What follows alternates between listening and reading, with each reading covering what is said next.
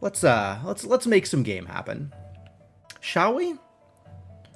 Shall we see what game looks like?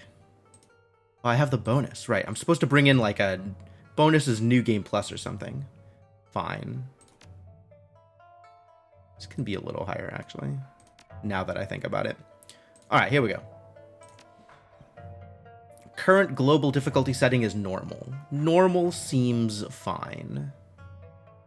Yeah. I think I went with hard last time, and it didn't feel like it made too much of a difference. And also, like, if I raffle stomp the combat, that's kind of okay. I think I am on board with that as my experience for the game. Alright. No statistical differences between males and females. Good. Troll. Am I a troll or an orc? This worked out decently well last time, right? Just get ready, settle in. We're gonna be here at the character creator for like a half hour probably. I do want my focus to be on big and dumb, because that sounds like a lot of fun. Try to have game audio just on the green yellow at the loudest and voice mid yellow. Yeah, there's only so much I can do about getting excited and peaking a little bit sometimes, but yeah, that sounds about right. Devonok wants dwarf. We did dwarf the first time. My last run, we were a troll, right? We were a troll last time. I was like a troll, like weird Decker combo thing.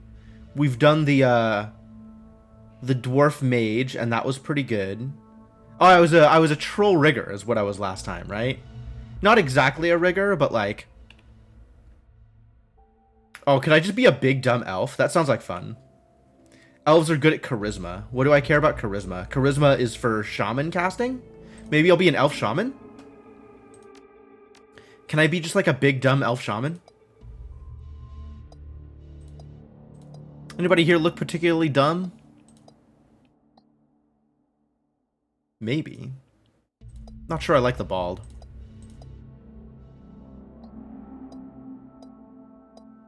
These are elves? I guess so.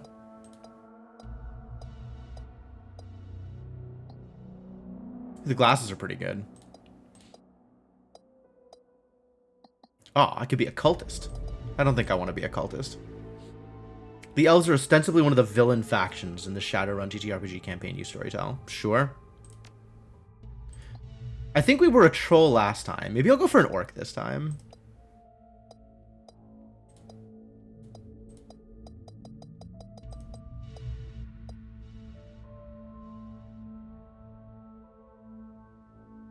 Trolls have +1 to body and strength, and orcs have +1 to body. And then we did a rigger last time. Maybe we'll go into a shaman. Maybe we'll do a shaman. That seems like it could be fun. Definitely different, for sure. More DACA. Oh, they do. They even have the K there. Yeah, they're the right kind of orc. Shadowrun actually just a Warhammer fanfic.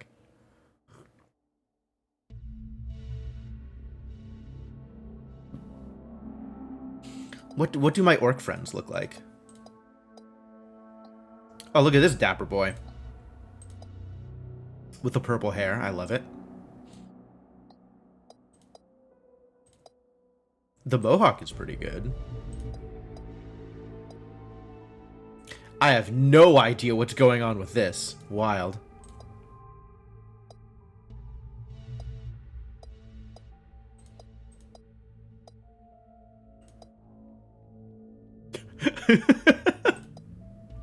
With the bandana. This is extremely silly.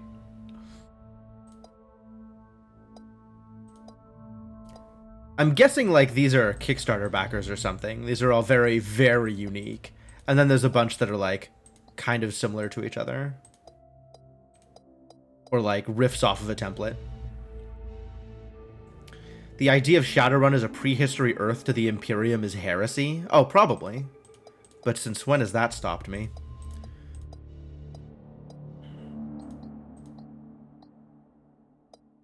I like the facial markings here. This is pretty good.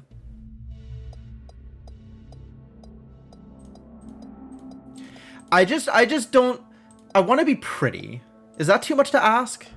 Nobody will ever be as pretty as my first run dwarf. That dude, man. Unbelievable.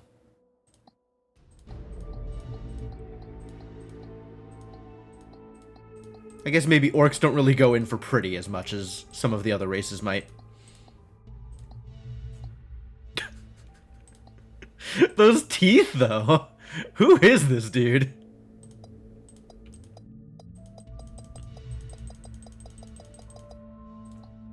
I don't really super like any of the portraits.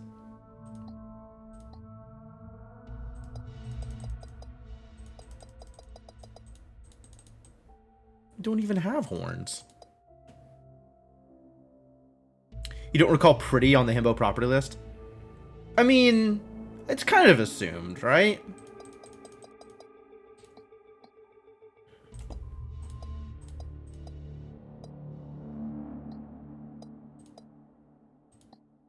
Like, I don't think himbos need to be handsome, but I think it's helpful if they're pretty.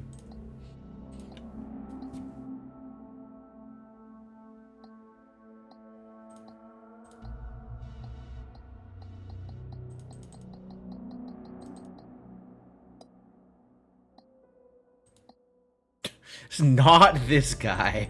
Not with the teeth. I don't know, this kind of fits the bill. At least he's clean cut.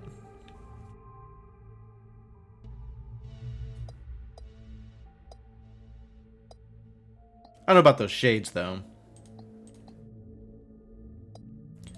This, looks a little military for me. Maybe this guy. I keep coming back to, like, the facial markings. I kind of like this portrait. I'm okay with this portrait.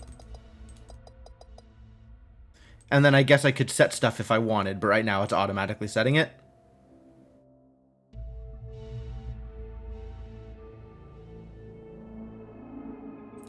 And then I don't need to select this in particular. I can kind of set myself up the way I want to be, right?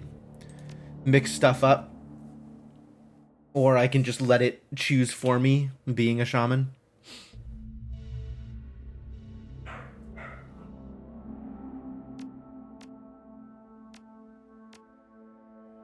Man, I can't wait to have, like, a pet elemental, and then things go horribly awry, and the elemental just completely wipes my party.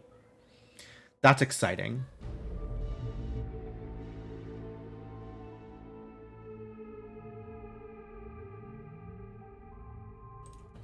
Still not bringing my own decker to the party, which may be a mistake, but you know what? Whatever. But also I feel kind of okay assigning my skills myself instead of picking an archetype. I think that's fine. All right, let's do it. Spend your karma. Absolutely. Ooh, this is a very new layout for this. Interesting.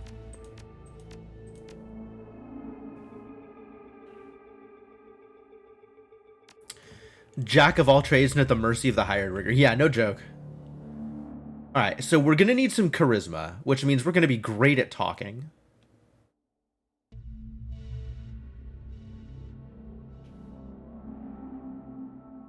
Maximum for orcs, maximum for trolls. Can't go the full 12.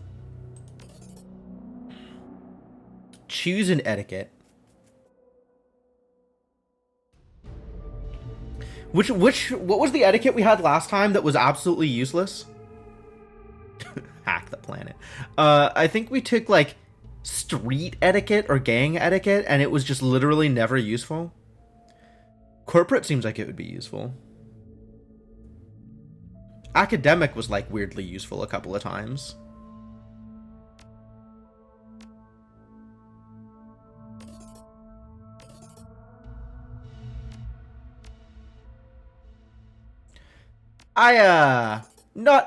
If I'm going to be building a himbo, I'm not sure I should be taking academic etiquette. That seems a little weird. Shadowrunner fits.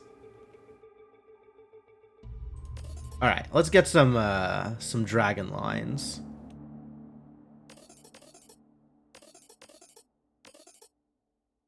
choose my totem. Ooh, I can have a totem. Dove can set all spirits breakaway chance to 0% within 3 tiles of yourself. Oh, neat. Power of the Bull aids all allies within 3 tiles with damage reduction of 3. Scorpion fears nothing because it can kill any foe. Grants all allies within 3 tiles damage plus 4. Reduces accuracy by minus 10%. Rude. Bear heals all allies within 3 tiles of the damage from the most recent attack. Oh, that's nice. I like Bear. Powerful, gentle, and wise. I'm debating between Bear and the kind of more munchkin-y Dove. Cat grants dodge +1 for 3 rounds. Coyote grants quickness +1. That's neat. Quickness. That's the actual stat here. Interesting. Which maybe doesn't necessarily grant a lot of bonus, I suppose. I'm not sure what that... Like, I know that quickness ties into ranged attacks, but, like, there's substats for all that. So what does just the raw quickness actually do? I'm not sure that it does a whole lot. Eagle, boost to hit. Oh, that's really nice. Oh, that's really nice. Quickness for initiative order. Might be. Raccoon grants a movement bonus. Really? That's intriguing. Cobra grants a personal passive benefit of +1 damage and 5% accuracy for all attacks made by the shaman. Well, that's pretty good too. I like passive. Boar, +15 HP. Fish, personal passive benefit of -10% chance to being hit. So not a boost to dodge, just a straight up -10% chance to get hit. Wild. +1 movement and +1 armor. That sounds like a big deal. And then back around to Dove. Dove is interesting. All right, so I think I'm not going to take Dove. It's between Bear and Leopard. Because Bear feels like an appropriate totem for whatever idiot I am developing. But Leopard, I really like the benefits of Leopard. Maybe we just take Leopard because I like the benefits.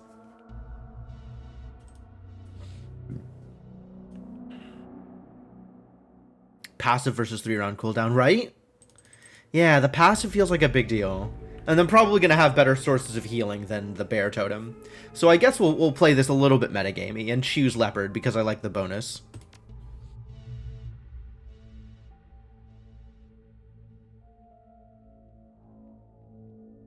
Increases spellbook slot. That's probably relevant to my interests.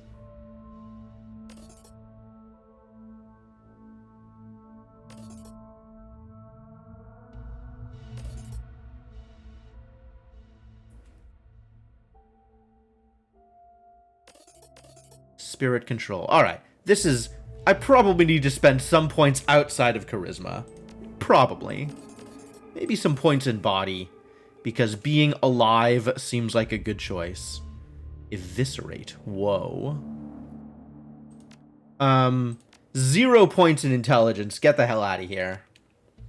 Willpower's chance to hit with hermetic magic spells and chi casting attacks. Which... I think I'm probably okay. Helps boost resistance against certain magical attacks. That's not terrible. I don't super think I need to spend too much time in strength, but then I don't think I can actually get all of my combat out of charisma. So a couple of points in something here is probably a good idea. Some kind of gun. But then I'm just going to use the gun all the time, which, like, that sucks. I just want to use spells.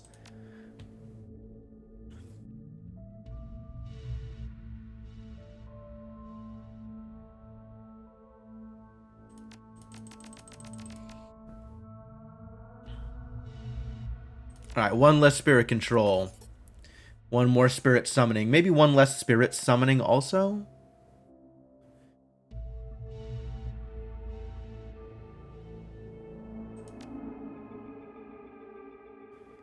Then I can dump more in charisma and be slightly better at using conjuring magic, which is really what I want to be doing. Like, summoning is all well and good, but conjuring magic. Socialite? It doesn't feel like the right place for my himbo. Security. Sure. And one more point available, I'll spend it on... dodge?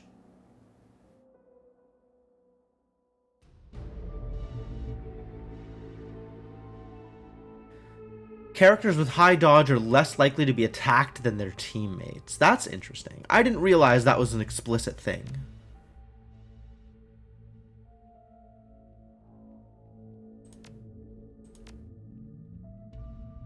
Yeah, like a point in dodge, why not?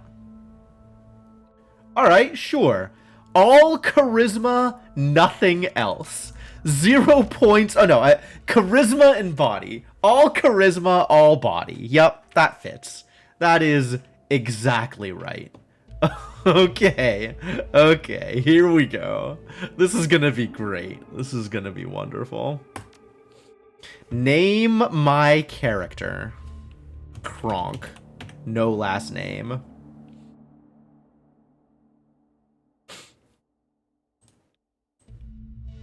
I'm not naming my orc Kronk. What am I naming my character? Suggestions. Help me with this. I mean, pretty easy to name my character Jim Eternal. You know what? Sure. Street name, The Lever. It works on multiple levels. I'm practically invisible.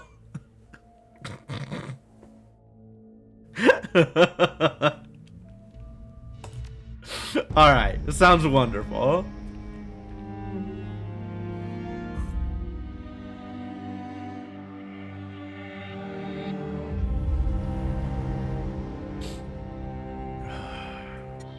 You have one new message. Ooh. Hi. Voice It's acting. Raymond. I hope I have the right number. Look, I know we haven't spoken in a while, but I need your help. Remember the day I took you and Duncan off the streets? I told you that the past is just a story, that if you can just accept that, your past loses all power over you. What the hell? Yeah. I was wrong. I'm on my way to Hong Kong now, to finish something I should have faced a long time ago. And I need you with me. Poor Riemann, I probably. know we're not blood, and we didn't leave things in a good place. But you and Duncan are the only real family I have. This doesn't look like it's gonna go well for this If our boy. past means anything to you, meet me in Hong Kong right away. I'll explain more when you get here. I thought past was just a story. I'm begging you.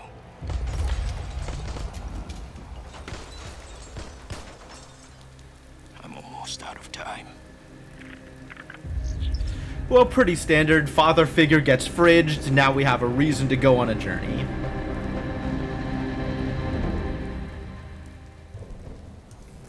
As is usual.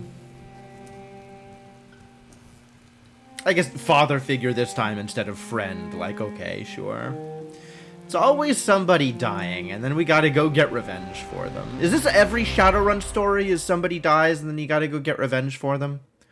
Won't people have other motivations besides revenge? Raymond Black. The old man gave you a home once.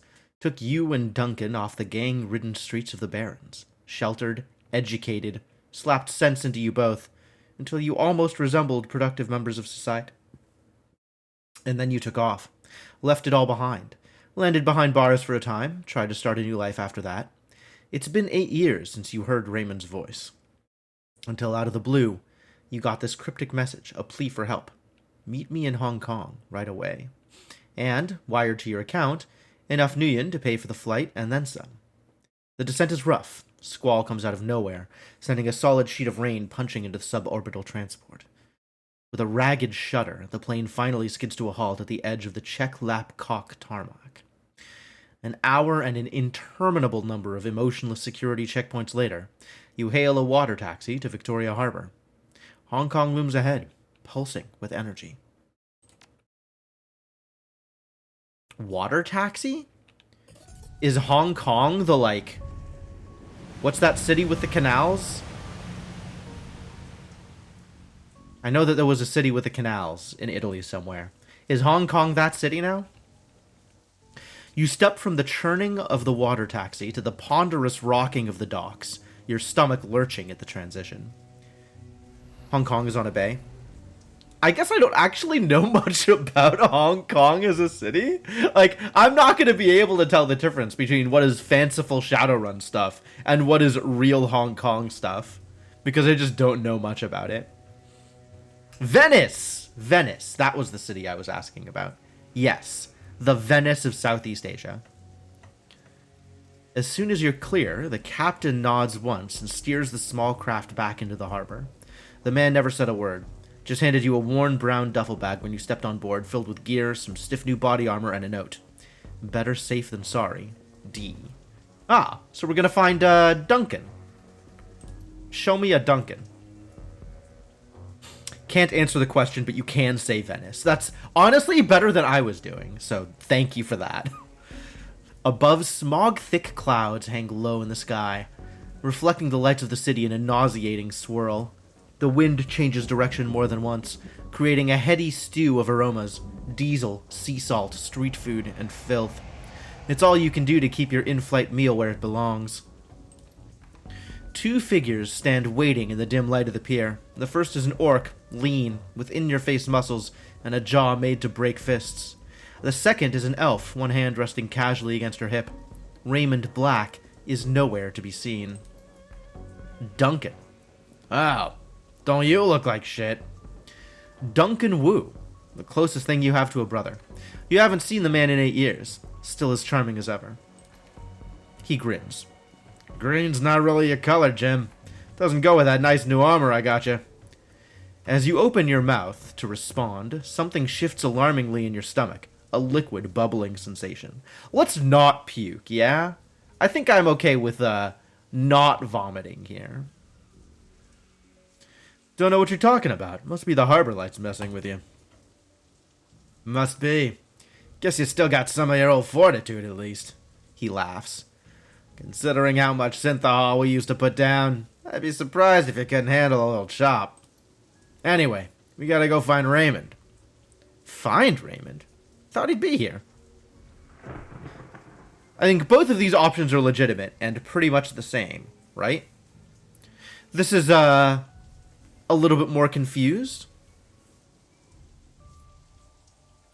Not within your face muscles, correct. Where is the old man? Never showed up. He's still got that same baritone rasp. Had it since he was 12. Wu developed early. No sense. Yeah, all right. I'm a moving forward kind of guy. No sense standing around then. Where's the meeting place? Not far. Just on the other side of the pier here. He jabs a thumb behind him.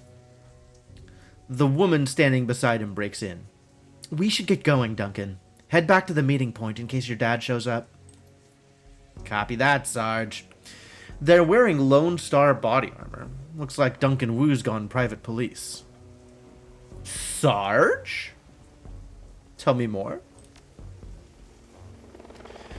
The woman taps her chest with an armored finger. Carter, Seattle Lone Star. I'm Duncan's partner. And superior officer. She grins. I let him carry my coffee for me sometimes, write my parking tickets, that kind of thing. I figured I could use some backup. Didn't know what raid gotten himself into, and I wasn't sure when you were gonna show up. Oh, wasn't sure you were gonna show up. It's a tossed-off remark, but there's an undercurrent of resentment in it. Of course I showed up.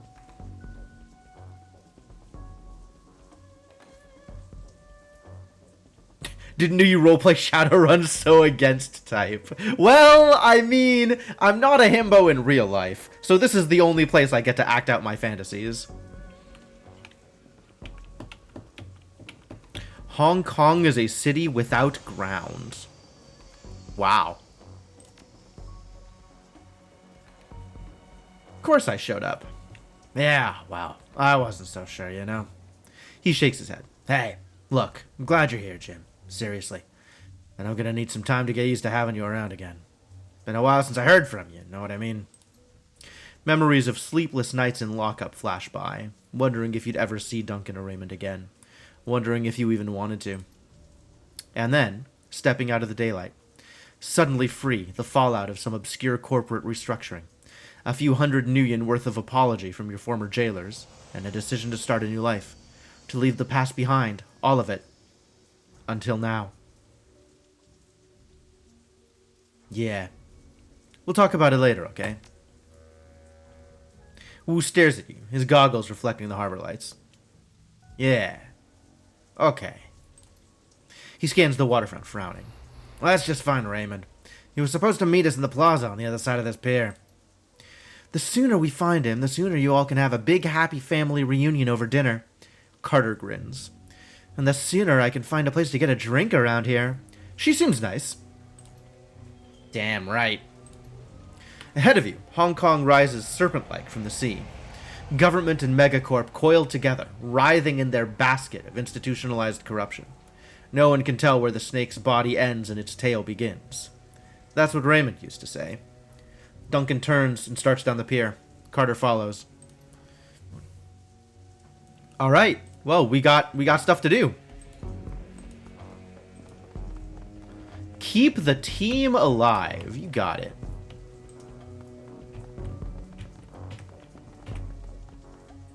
Fresh construction is expanding the harbor out into the water. Corporate interest, what? It's something corporate interest. Okay, cool.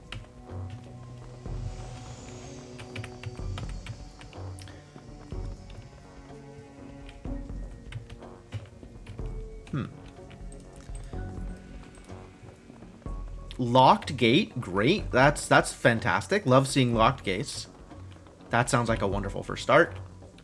Oh yeah, look at these ley lines. We're definitely doing a fight in here. Another locked gate. Wow, so many locked gates. Found an objective though, that's good. The guard shack at the end of the pier is dark and empty. Duncan gives the gate a push, but it doesn't budge. Huh. Wow. I was open earlier. Duncan frowns. Looks pretty solid. Alright, let's ask the stupid questions first. Shouldn't there be someone here to let us out or something? Yeah. Smells a little funny, don't it? Carter shrugs. Who knows? It's Hong Kong. Not exactly sure how things work around here. Come on, rookie. We can cut through the construction site. I hate it when you call me that. Of course you do. Alright. Construction site. Let's go. Security checkpoint. Anything else I should know about? Should be paying attention to?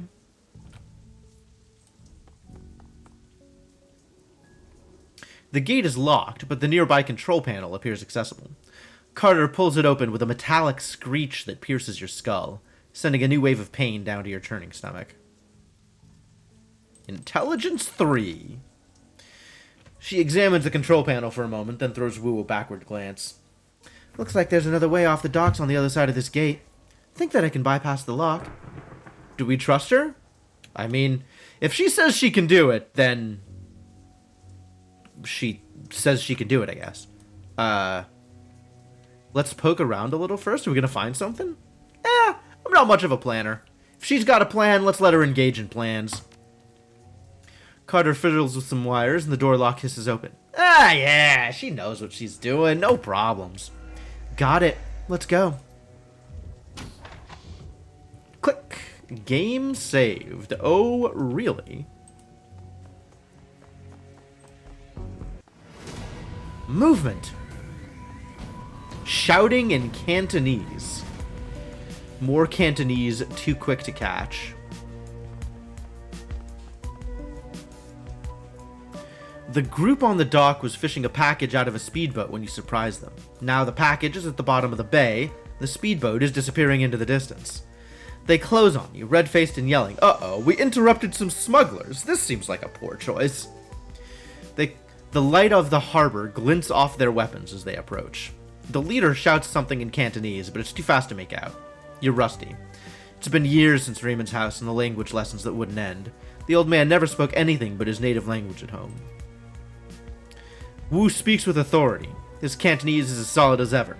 He never let it drop. "You guys doing some late-night fishing?" The smuggler smiles. "Oh yeah, we're fishing for assholes."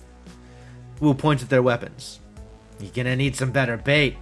All you're gonna catch with that is trouble."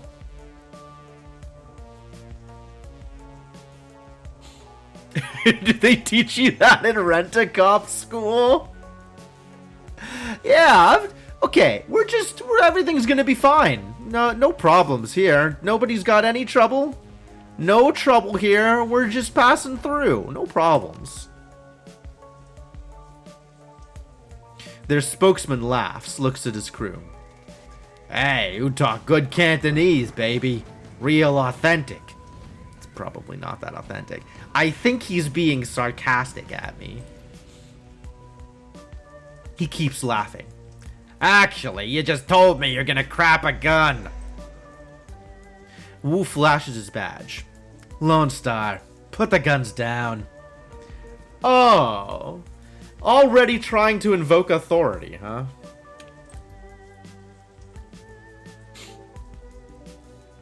The smuggler squints at Wu's badge, then smiles at his friends. "Never seen a badge like that before. Either it's fake or you're some kind of security guard. Either way, this ends the same." I think he's done talking. Does seem like he is done talking.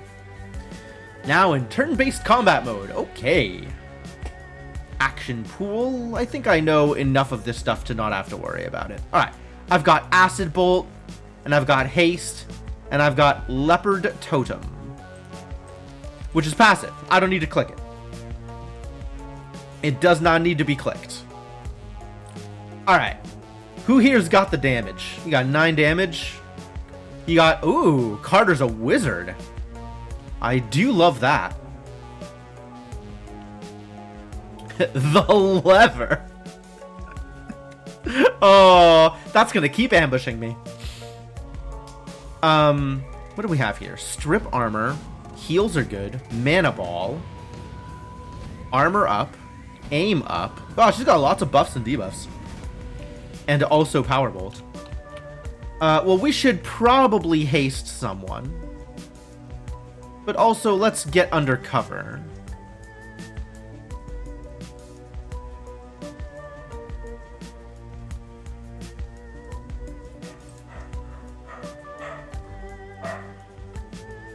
Line of sight blocked. Great.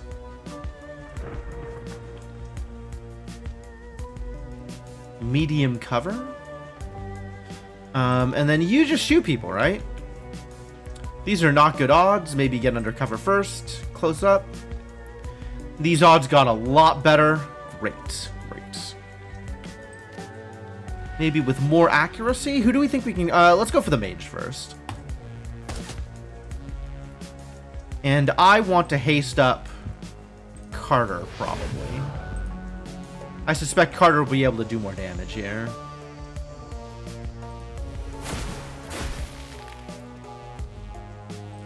Killer! Good job, Carter. Ow. Armor broken. Rude. Alright, what can I do to hurt people? Damage 4. That's not a lot of damage. Does damage over time. That's kind of cool. Well, we can't do anything else. Oh, we can throw a grenade. Not very far. On account of I'm not very good at this. I could summon a Force 1 air elemental. Ooh, we got air elementals. That sounds like that's going to be problematic. Let's move up and cause some problems, I guess. I'm not gonna cause any problems yet. I'm just gonna shoot people. Break in armor, huh? Anybody got the biology to tell how much HP he has? No. 0 shot. Increases chance of a critical. I do like that. Shoot him. Nice. Nice shots. Big shots. This is probably not going to kill him. Hey, it killed him. Lucky. Ow. Extra ow. Alright, Carter, help out.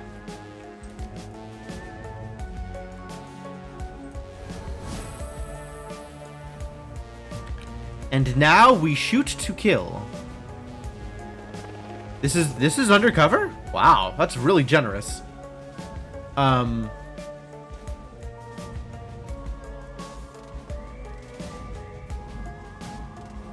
He's got 2 armor. We can fix that. And then we can shoot him.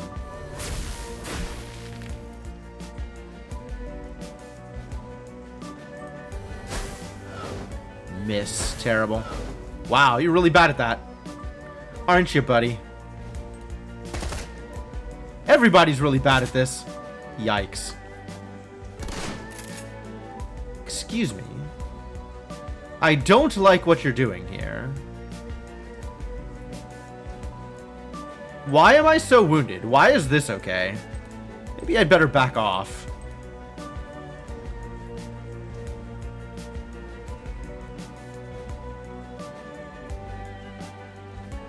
Of course, it would be nice if I could actually hit an enemy. Nope, running away.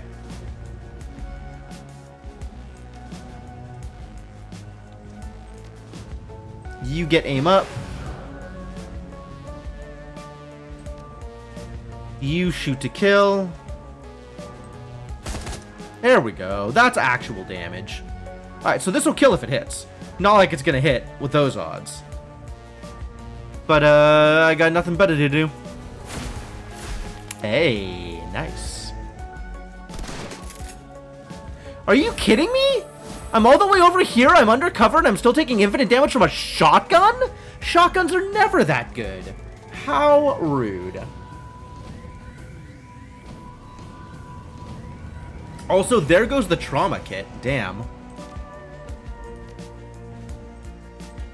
Being especially mean today. Alright, I guess we're healing.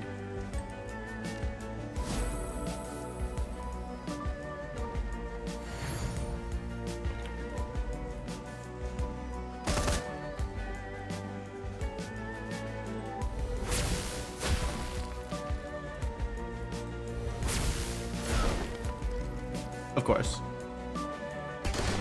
Still going after me. My God. Alright, can we drop a heal over here? Is that okay? No wound to heal? Excuse me, you know, I think I'm plenty wounded. I don't know if you know this about me. There we go. Do you think those guys were Triad? Not sure. I don't recognize their tattoos. Triad? I think those guys were just assholes. Don't gotta be Triad to be an asshole.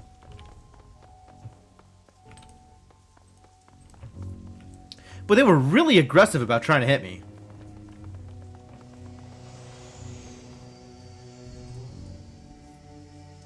Taco.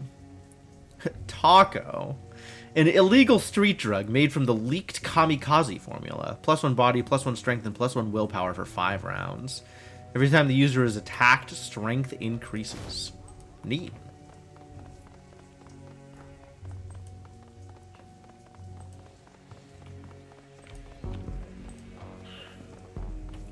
So if you eat a taco, you get very strong. I understand. Next security checkpoint. Another gate panel. This one's been vandalized and busted up good. A real nightmare of a repair job. Wu stares at the fence, considering. Loops and whirls of razor wire glitter in the lamplight. Looks to edge with monofilament. The corporations here don't screw around.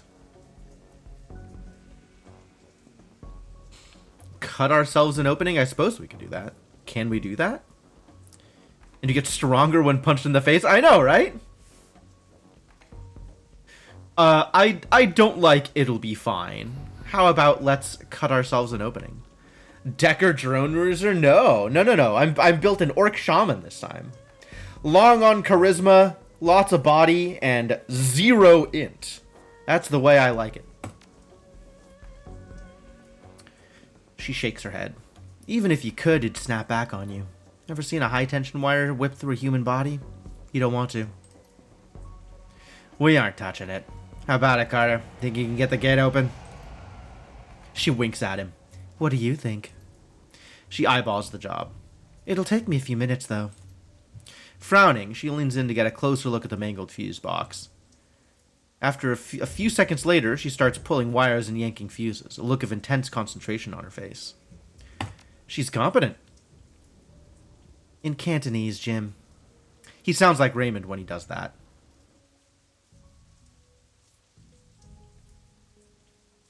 You want to talk in Cantonese? We'll talk in Cantonese. She's competent. I know. She runs the riot squad I'm assigned to. We speak only Cantonese from now on, just like we did when we lived at Raymond's. Those endless drills are about to pay off.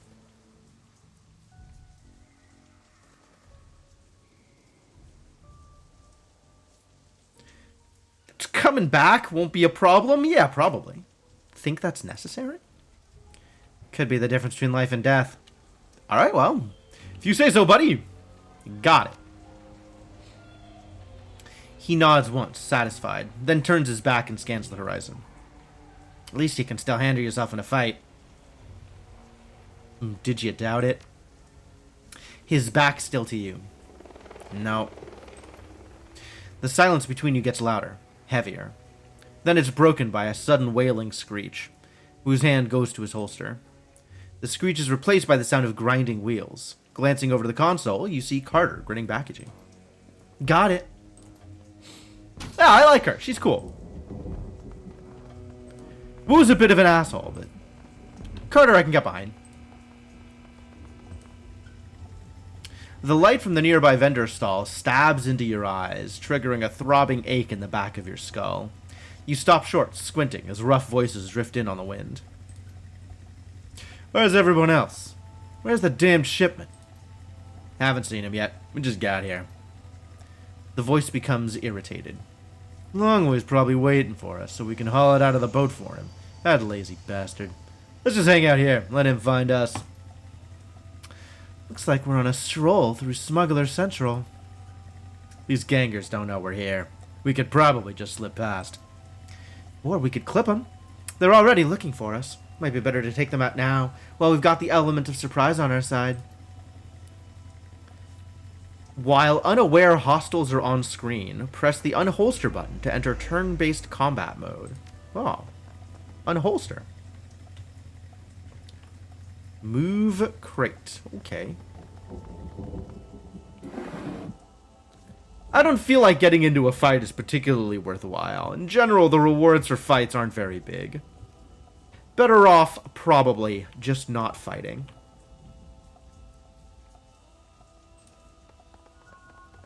I gained karma. Love it.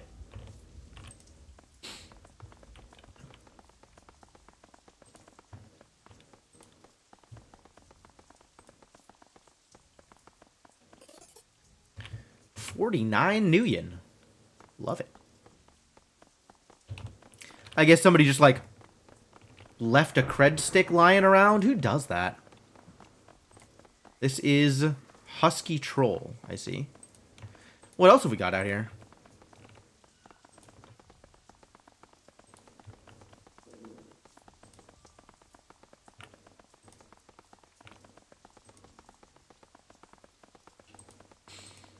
Flat nothing. Okay.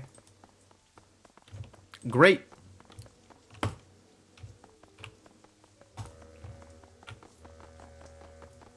Ah, look at him running. Remember running? I remember running. Alright, we've been going for about an hour. Head to the meeting location. Oh. Crossing the street, you can make out 4 shadowy figures loitering in the plaza ahead. Troll, orc, dwarf, elf. 2 men, 2 women. They're different from the smugglers on the dock. Alert, poised, professional. You can see they've made a token attempt to conceal their weapons. Shadowrunners. The unspoken message is clear. We're strapped. Mind your manners. Wu stands up tall, taking that amused tone he gets whenever he's standing toe-to-toe with someone bigger. Someone who doesn't know they're about to go down. Evening, folks. You got permits for those bazookas? The thick troll pulls his mouth into a comic frown. Permits? Give me a minute. He makes a show of patting his pockets. Nope. Guess not. Must have dropped mine in a dumpster. Along with the last idiot who stepped to us. Wu coolly surveys the scene, nods in a friendly fashion. Is that right? Well then. You can almost feel Wu's cop training kick in. It's like watching a drone execute a command line. He reaches for his rifle, brings it up quick, but it's too late. By the time it hits shoulder level, an assortment of nasty-looking ordnance is already trained on his head. Carter backs him up. She whips her arms forward, fists blazing with magical fire. Her eyes sweep the scene, darting from one figure to another. All right, everyone, just be cool. The thick troll's voice is casual, amused. He shakes his gun into his face. Little late for that, isn't it? Never too late to be cool.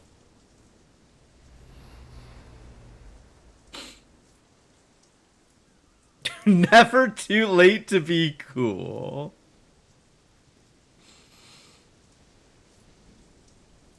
Hands in your pockets feels almost threatening in a weird kind of way. Do we just want to talk? I don't even know that we want to talk. I'm willing to believe that we want to talk. Before Wu started asking people about bazookas.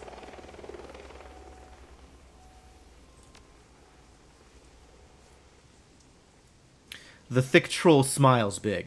Oh, I could see that. Your buddies are totally chill.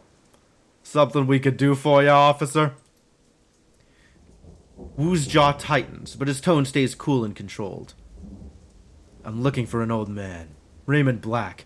I keep, like, I have yet to settle on a voice for Duncan. It keeps, like, going back and forth between, like, I just don't know what to do with this character, and I keep missing whatever I was doing before and, like, swapping into something. I don't know why this is such a mess. Why is this character such a mess? I'm looking for an old man. Raymond. See, that's not anywhere close to anything that I've been doing for him up until now. What the heck?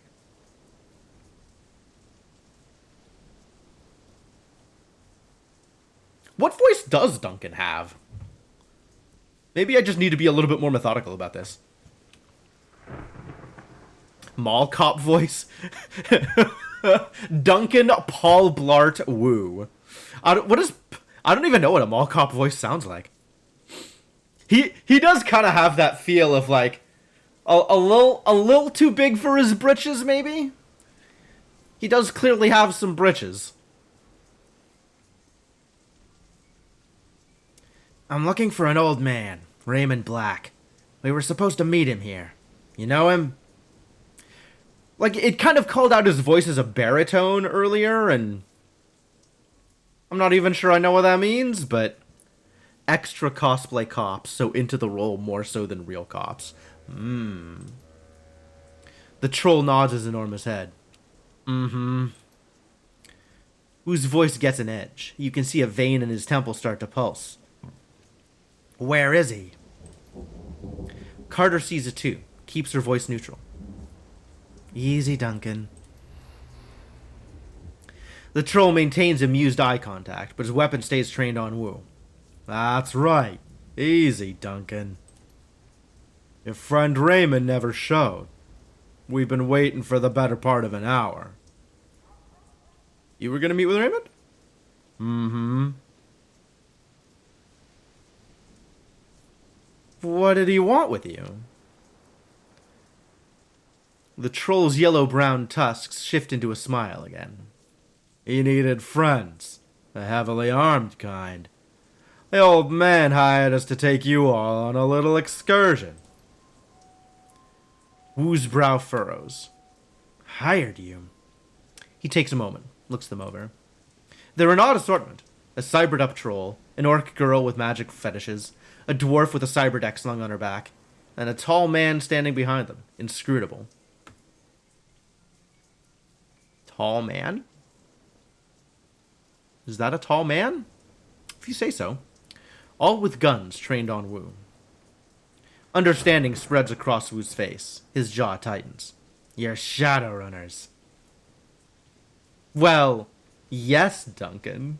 Did you just figure that out? The troll nods. Mm-hmm. Wu's shoulders creep up. His stance tightens. This is bullshit. Raymond would never hire Shadowrunners. They're criminals. The troll corrects him. Mercenary operatives. The dwarf cuts in. Her voice is soft but strong. Criminal mercenary operatives. So, yeah, you were right. Your buddy Raymond was associating with a bunch of hardened criminals. The troll tosses Wu a sideways smile while staring down the barrel of his gun. Sorry to burst your bubble, Lone Star. Guess you didn't know the old man as well as you thought, huh? Wu tries to shake it off, but he's struggling to process the information. You can feel the heat coming off of him. The heat coming off of his forehead, just like, can't think, overheating. The heat coming off of him. What the hell? Don't think too hard, Duncan. Don't hurt yourself. The runners sense it too, and they tense up tight. They're keyed on Duncan, and their guns are big. The looks on their faces make it clear. One wrong beat of sweat, and Wu's going down in a red mist cloud. Carter remains completely still. Her voice is level, moderate. She's done this before. Let's all stay focused. No need for this to get ugly. She speaks quietly to Wu, who listens without turning, his focus squarely on the troll. We need to find Raymond. These are the people who can help us do that. What were you hired to do? You can tell the orc girl's had enough of the tension. She blurts it out. The old man wanted us to take him into Kowloon Walled City. She waves a hand at the three of you. You too. Two large rats, clinging to her hip and shoulder, poke their heads out of the folds of her clothing. They fix their beady eyes on you intently. You know the Walled City?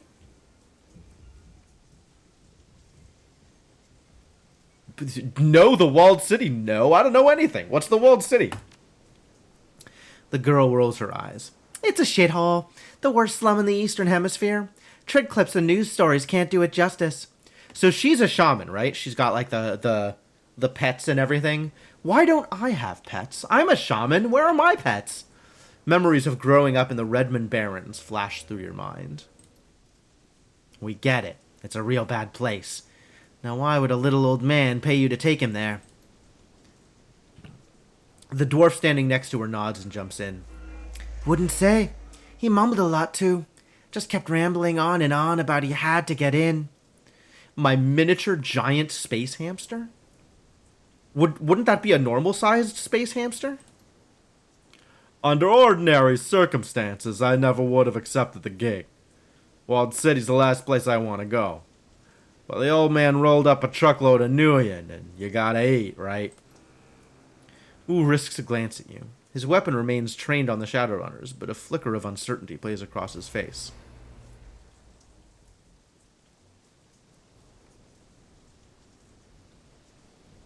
Alright, everybody calm the heck down.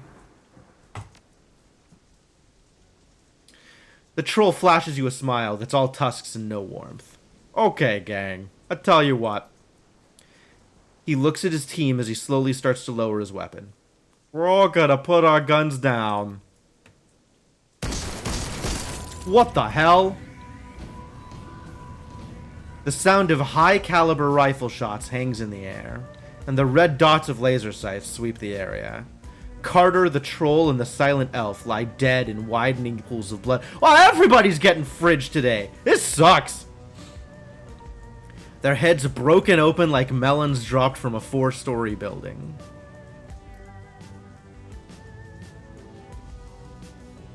The orc girl screams from cover. Nightjar! Nightjar, come on, big man, talk to me! Got shot? No, oh no.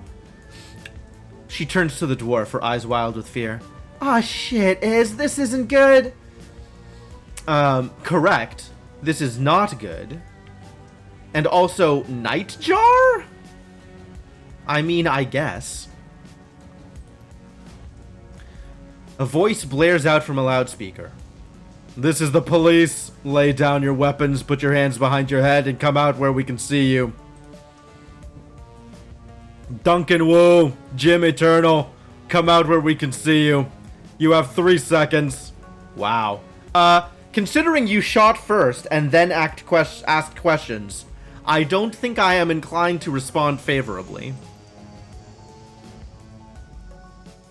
Duncan crouches behind cover, his gaze locked on Carter's corpse. His voice comes out in a hoarse roar. Stand down, damn it! I'm law enforcement! Lone Star! Lone Star! He's driven deeper into cover by a hail of gunfire. The dwarf shakes her head at him. Her voice is flat. Save your breath. They won't listen. Use your eyes! These bastards aren't here to make arrests! A sniper shot hits the wall next to her head, showering her in an explosion of plaster. Alright, let's see if... I mean, we do need a way out of here, but like, is Duncan okay? Everyone pipe down! Just give me a minute! The rat girl stares at the ground intently, as if listening. Then her brow furrows, her eyes go beady, and her nose wrinkles up. She begins to sway back and forth, her lips moving soundlessly. I think as a shaman, I should be able to recognize some shaman crap. She snaps out of her trance. Okay, I've got a way out. It's at the end of the street. Everyone come with me. Everyone? We don't need the rent-a-cops, Gobbit. We're the only ones. The little orc whips her head towards her friend. They've extra firepower, Iz. I got us an exit, but we've got to get past the heat. We can't shoot our way out of this on our own. Nothing else that can soak up a few rounds for us. She turns to you, her pupils pinpricks of intensity. Just stick to cover and keep close. There's a door down the street that leads to a back alley. That's our exit point. You fall behind, you get left behind. Well, okay. I guess we're getting out. Ah, that is out. Excellent. I love out.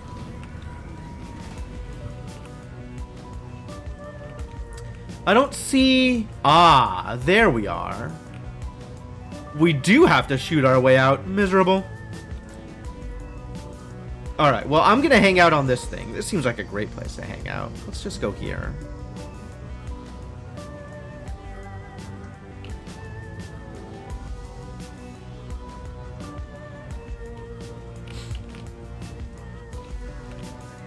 There's not really a good place to stand here. This is minor armor. But at least from here I can shoot. Stay in cover. Okay. That's cover. Nice. That got a little better, but not, like, better enough.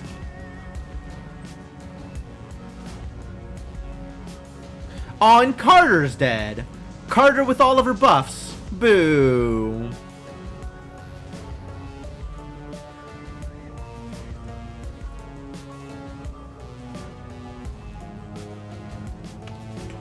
I want to go to here and then do the summon spirit thing.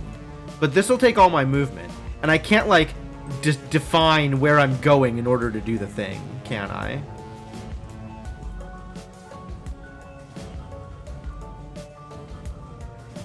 It shows to here. Oh, I guess that's close enough. So maybe I want to be here and then I can do it? Without additional movement? Monsoon! Hydro daggers. Dope. Water bolt. That's not very good, is it? Still not very good. Alright, well, move up, buddy. You get to be our ablative armor. That's better. That's worse.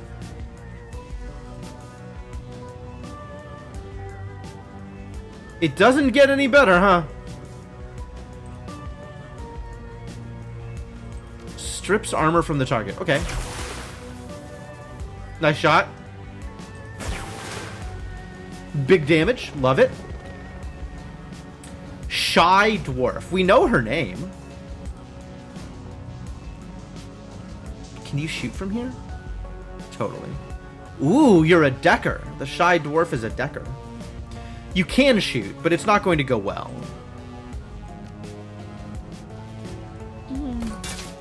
Nice.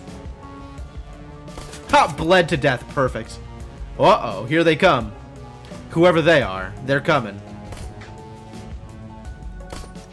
Wow. That's a lot to go through. That sniper means business. Stay in cover.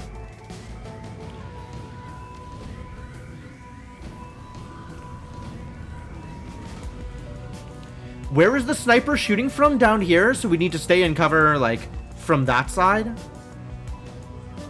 And also, there's this idiot.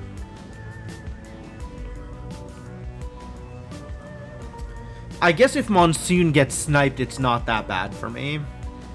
Not ideal, really. But not that bad.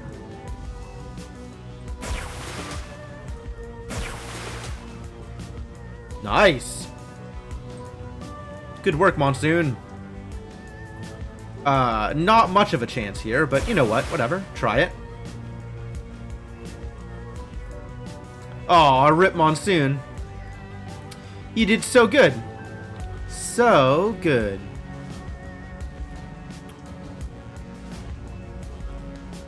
High chance of hitting this idiot. HKPF Enforcer, huh?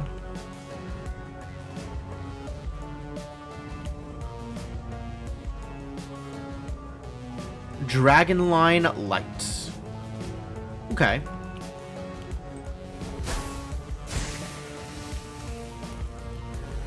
Yeah, let's clear up our back line before we move forward.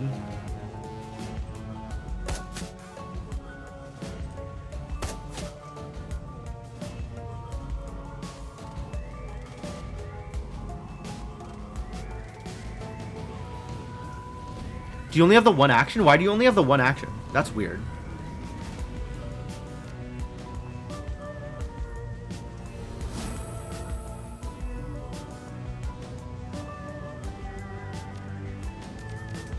Poor boy is heavily wounded, but we can't really do much about it.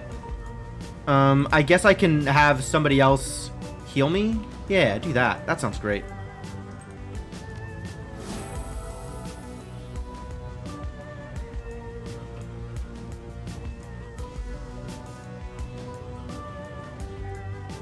Oh, there's really not good armor here. Oh, there we go. This is better. Himbo. Yes. Are you unfamiliar with the term? I suggest you Google it.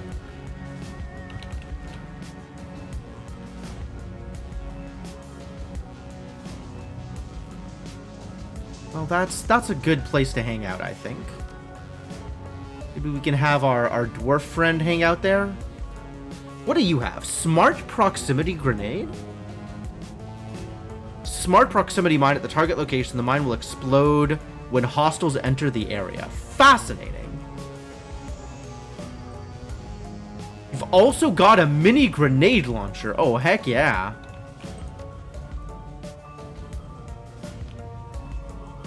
Nice. I guess we do have bazookas. Sucks about your partners, though. Sometimes you just get sniped, I guess.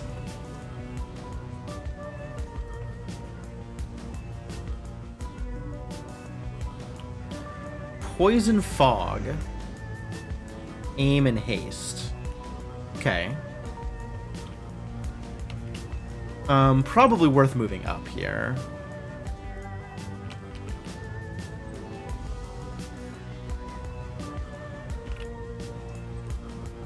Just stay behind full cover. That sounds good.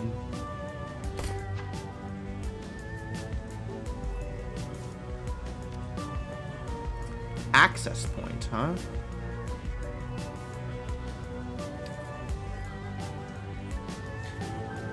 Fair enough, Mr. Gecko. Yes, the idea is the runner is supposed to be, you know, something along those lines.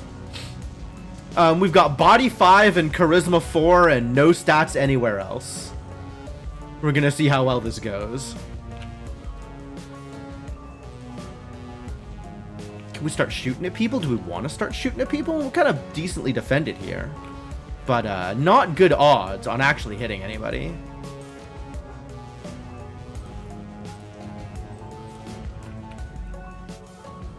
Line of sight block. That's accurate. What is the range on this one? L. Okay. I like L. L's a good range. Nowhere's good cover, though. Hey, Formal, how's it going? Alright. Haste up the dwarf. Let's see if the dwarf can launch rockets from somewhere better. This is full cover. But that's like right there. Unclear if that's a good idea.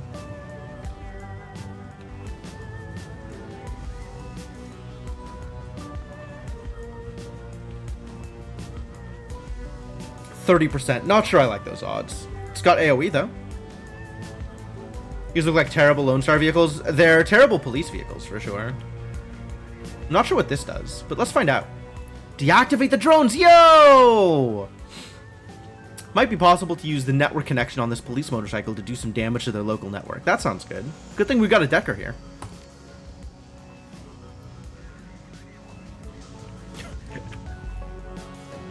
I am an orc this time. We've decided to mix it up.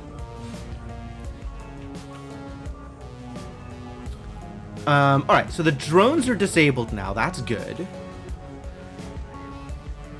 Don't I have like an aim booster? Oh, it was on the elf. Can subdue and zip tie a stunned enemy, taking them out of the fight. Whoa, that's cool. I can haste somebody.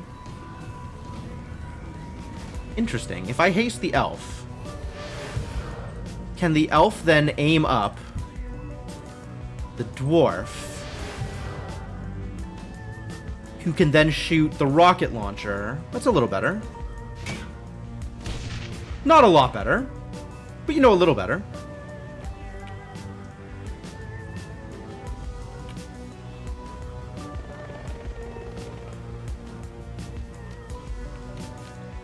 I don't know what I'm doing with you people. Staying in cover, I guess. And then doing something, maybe. I got a chance of shooting? Sure, we'll shoot. We'll do a shoot.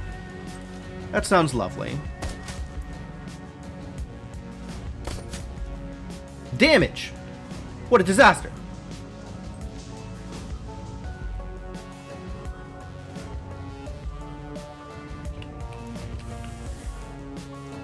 Is there anywhere that I can get to that's in cover? Where Duncan is currently is in cover.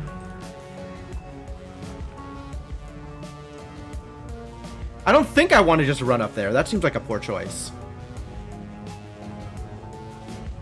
Is that better? I feel like he's still going to get flanked over here.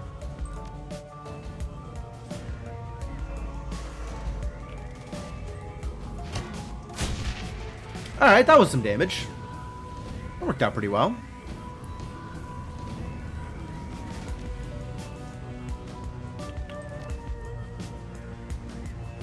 Pretty far.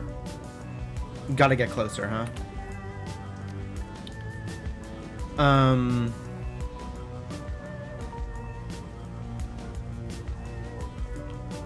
Stay in cover. I agree.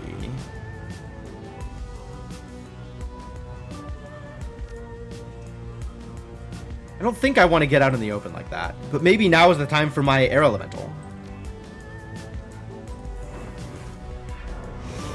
Hello, friend. Help out.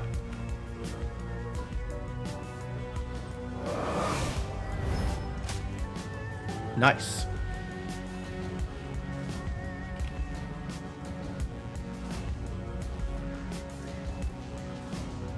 Move forward and cause problems. 11%. Oh, that's not so good. I wonder about the fog. Oh, I can't. It costs 2 AP to use. Oh, I see. Well, this has not improved things, really.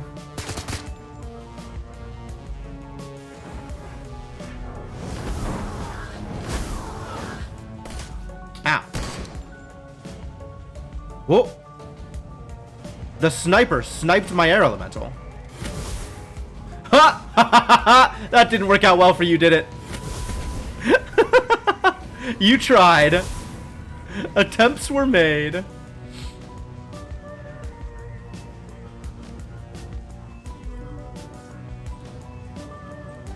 %5 chance. 3 AP. Okay, good.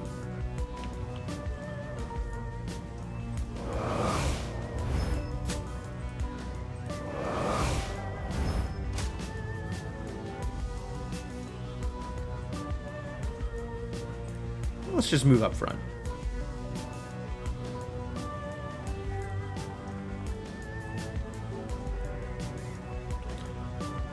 Do I want to shoot the Inferno? The Inferno and the Conjurer are having a spat. I suspect the Inferno is still going to go after the Conjurer even if I shoot it. So we're going to try that. Or we could just kill it. That works too.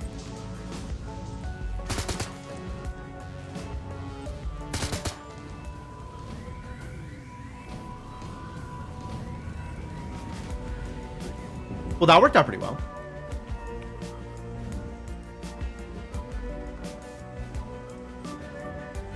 The hell is this?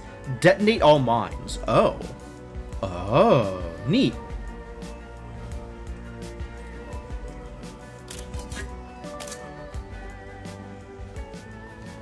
Ooh, they coming. Keep on moving forward.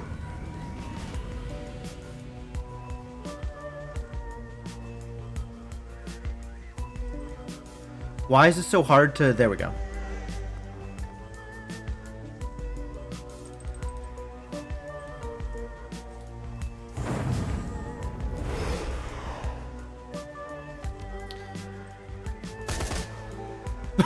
Okay, that's not what I intended, but I guess that works. What? Oh, that's not what I wanted either. Alright, well, whatever.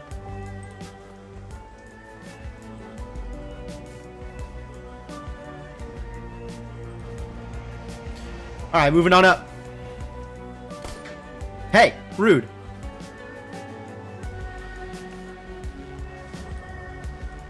I'm out! Are you out? Probably not yet.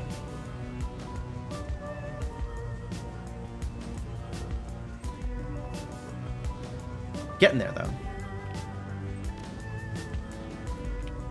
Not out, but hiding. Find a good hiding spot. Okay. Oh, more people are coming.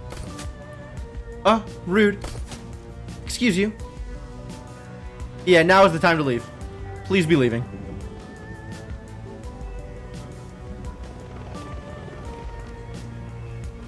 Out of ammo. Yeah, but can you go? If you can just leave, then I don't care. Let's just dodge all of this business and get the heck out.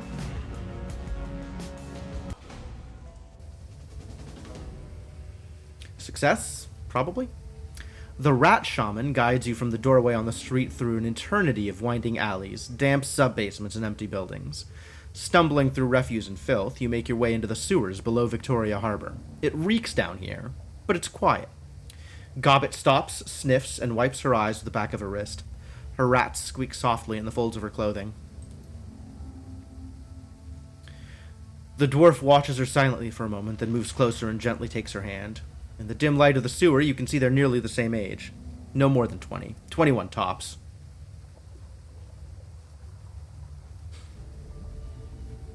I've got charisma. I should be insightful here. I could try and be comforting. Not like I know who they are, really. Not that it's any of my business.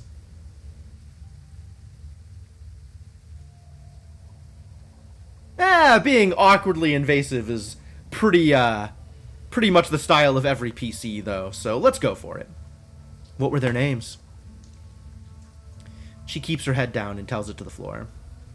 The troll you were talking to was Nightjar. He was our friend. The elf was called Gutshot. Kind of an asshole, but I didn't need to see his head splattered everywhere like that. She inhales a cleansing breath. Nightjar was a good guy. Always had our backs. Isobel's and mine. Isobel?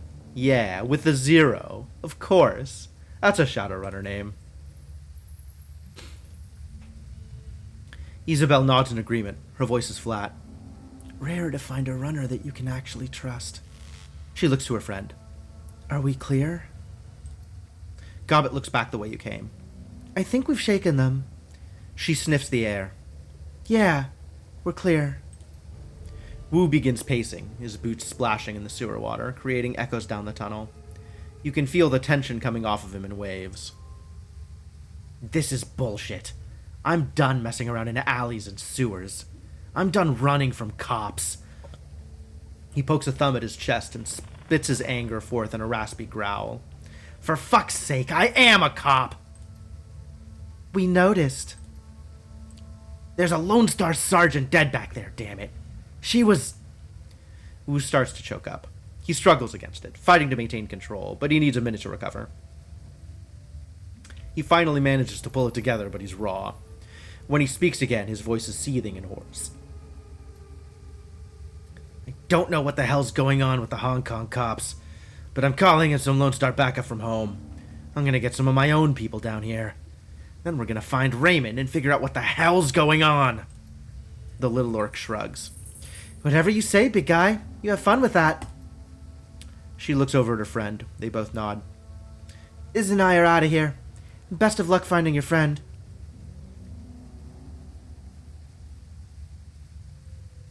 I mean, I'm not feeling entitled to their help. But this is a decent shot, and this is probably more in line. Hell might be exactly what's going on. Yeah, right? Shadowrunner does not shy away from that kind of stuff.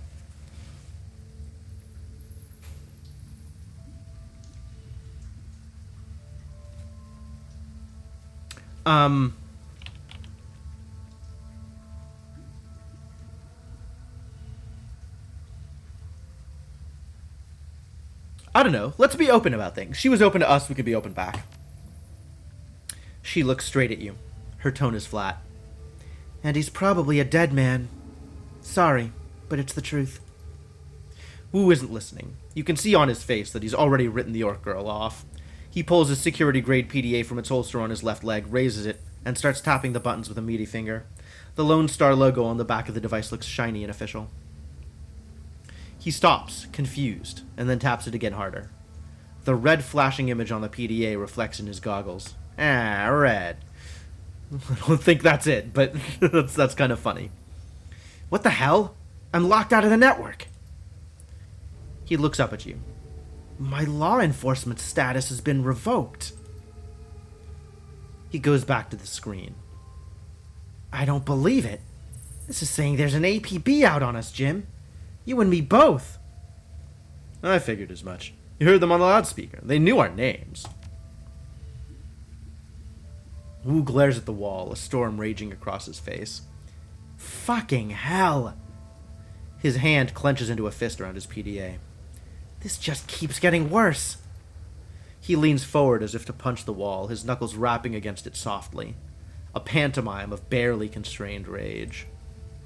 Suddenly he turns and slings his PDA at the far wall. It hits hard, bounces back, and clatters to the ground at his feet. He looks down at it, spent. The orc mouths an okay to herself, eyebrows raised. And on that note, I think it's time for us to say goodbye. Come on, Isabel, let's... She's cut off by a sudden smashing noise as her friend's boot comes crashing down on the PDA at Wu's feet.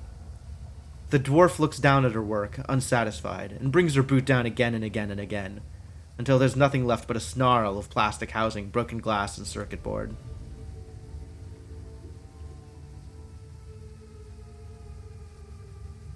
She looks up at Wu, her chest heaving, and points at the pile of scrap she's created. Police issued. They can trace you through that. She turns to you, hand out. Yours too. It's on the network. There go all my free upgrade points. This is kind of comedic. I like both of these. We bury our own. You crush the PDA to shards under your foot, while Isabel looks on blankly. Good. She looks over at Gobbet, sighs, then reaches into her jacket pocket, pulling out 2 new PDAs. She hands them to you and Duncan. Burners. I suppose it's the least we could do after your help back there. Thanks. You people always keep a supply of burners in your pocket? Runners need to be prepared for contingencies. Isn't that right, Isabel isn't listening. She's staring open-mouthed at her own PDA, its bluish glow illuminating her horrified expression. Gobbet, we gotta go. Right now. Isabel's voice is monotone but emphatic. She holds up her PDA to show her friend. They're after us, too. Her screen displays a local newscast. Your own face stares back at you from the upper left corner of the screen. And in breaking news, just under an hour ago, Hong Kong port authorities were involved in a firefight with members of a terrorist cell linked to the mainland city-state of Henan. The battle left 3 terrorists dead, along with an unconfirmed number of Hong Kong police officers. Okay, yeah, because they don't know how many we might have killed in the fight. That's good. Your image winks out, replaced by a scowling image of Duncan Wu, a mugshot from a long time ago, before Raymond. Our sources report that Seattle natives Duncan Wu and Jim Eternal, along with their Hong Kong-based accomplices, are still at large. They are well armed and should be considered extremely dangerous. Low-res photographs of Gobbet and Isabel pop up on screen, replacing Duncan Wu. The color drains out of Gobbet's face. Oh, shit. Kowloon officials report that the terrorist cell, known as the White Star, maintains ties to the state of Henan, and it is purported to be receiving weapons and funding from anti-corporate groups in the UCAS city-state of Seattle. Port authorities are standing on high alert, and the Hong Kong Police Force's Special Duties Unit has been engaged to deal with the threat. We go live now to Chief Inspector Crate of the Special Duties Unit, who will be making a statement. Behind the newscaster, a video window displays the location of your firefight in Victoria Harbor. The camera pans to Chief Inspector Crate. She is surrounded by a swarm of news reporters, but appears unfazed by the attention. She speaks with supreme confidence.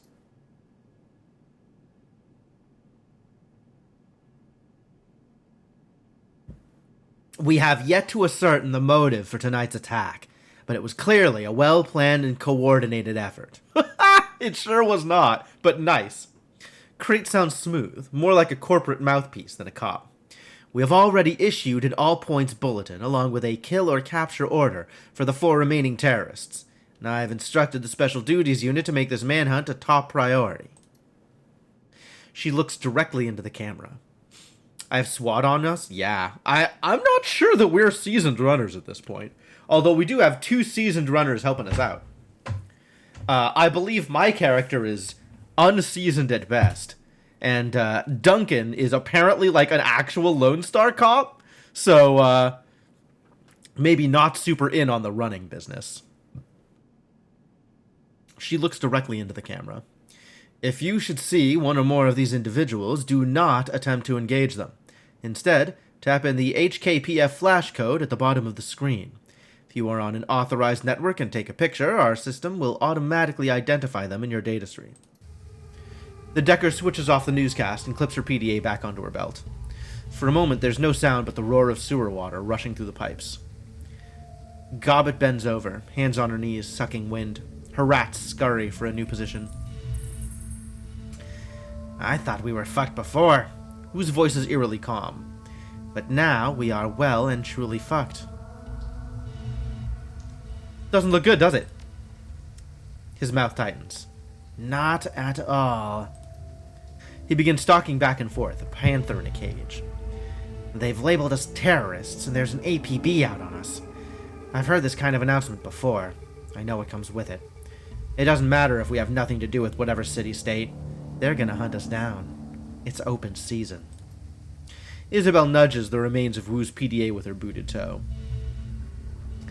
And the two of us will be hunted down right alongside you. Gobbet wide-eyes the exits, tight as a spring.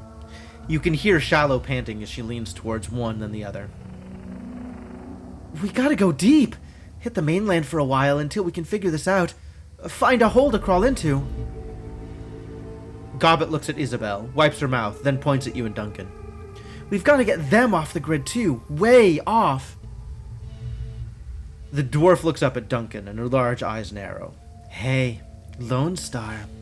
You've got a security license, right? That means you've got a SIN too. Wu's brow furrows. Of course I have a sin. I wouldn't be able to get paid otherwise. Only criminals and lowlifes go sinless. She runs her hands along her cyberdeck, thinking. That means you can be traced. Both of you.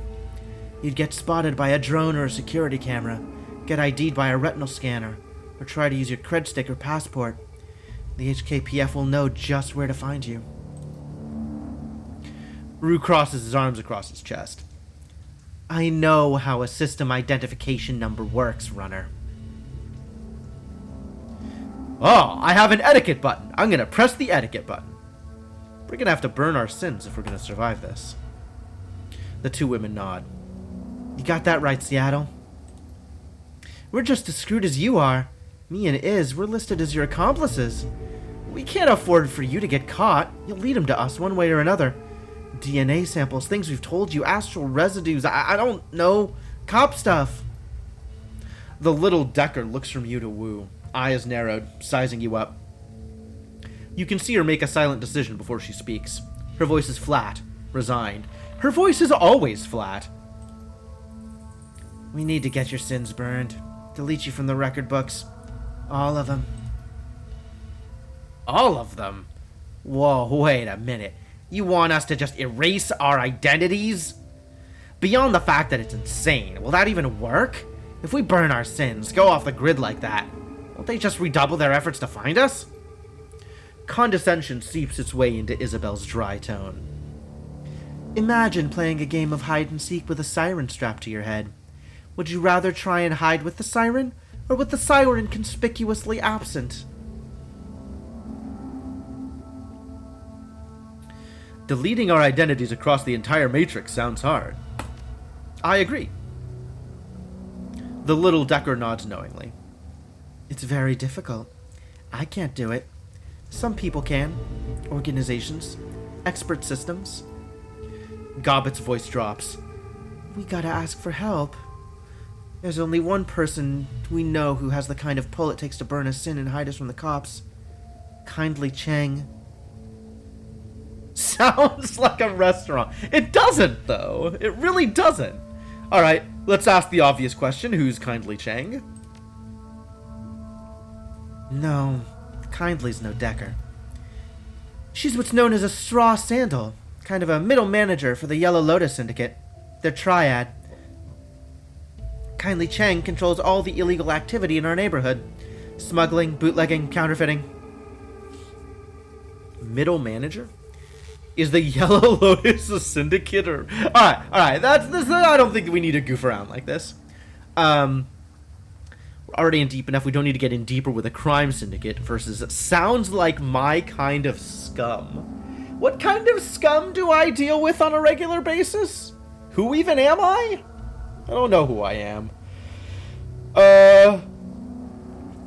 Well, I think with Wu in Lone Star, we probably want to play this off as not being heavily involved in criminal whatever.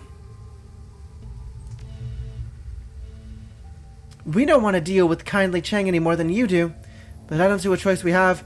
We need protection, and we need to get your sins burned before we're all red smears on the sidewalk. Isabel's voice is hollow and flat. When is Isabel's voice not flat? Taking favors from a woman like Kindly Chang is a good way to get yourself into indentured servitude. You don't want to owe favors to a woman like that. Her eyes get big, round. Ideally, you don't want to deal with her at all. That was Nightjar's job. Nightjar's job? You mean you work with her? What did we just tell you? She's got her fingers in everything, including brokering Shadowruns for the core. Kindly Cheng is our fixer. Oh, for the corpse, not the core. That makes more sense. Gobbet tries to make her voice light, confident. Just stay on her good side, and you'll have nothing to worry about. Now let's get this done before one of you trips the APB and brings all hell down upon us. Well, time to get moving. Before I get moving, though, I think it is time to go to the bathroom. So, we're going to go on a quick break here. I will leave you folks with some music while I'm gone. And I'm going to go refill water, go to the bathroom, etc. As usual, if you want something to do while I'm gone, feel free to check out the Discord or my Twitter. And I'll be back in a bit. Thanks for hanging out, and see you folks soon.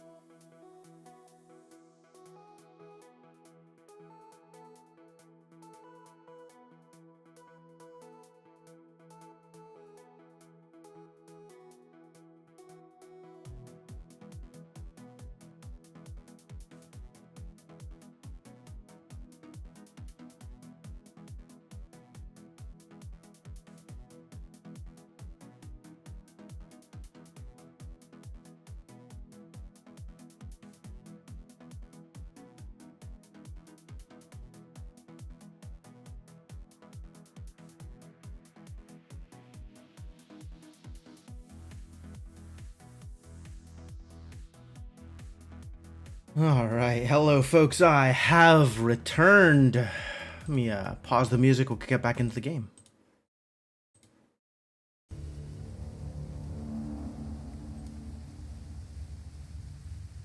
Hello, hello. Hang on. Okay, good, very good. Alright, so we keep moving, I guess, right? Hey, Kellerman, how's it going? Yeah, I think I've, ever since my experience with Disco Elysium, I have decided that leaning into the himbo classification for my characters sounds like a good time.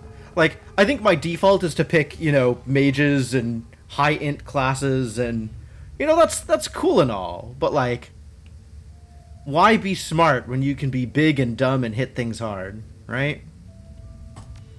Sometimes just punchies. Sinless. You scramble up a ladder and through an access way, where the sewer system spits you out into the Hong Kong Mass Transit Railway System, the MTR. Crossing the rails, you climb up to the platform and into the station. Above you is Hioi, where the rat shaman and the little decker plan to lead your case to Kindly Chang, the one woman they know who can help you get underground and off the grid fast. But there'll be a price. Chang is a triad boss whose favors tend to come with strings attached. The sounds of a waterfront at night leak down from the stairway to the surface. Peering up the steps, you can catch a glimpse of the night sky, overcast and low. Everyone wants to be Blackadder, but dumb is definitely fun too. Yeah, absolutely. I don't need to be a mastermind, you know?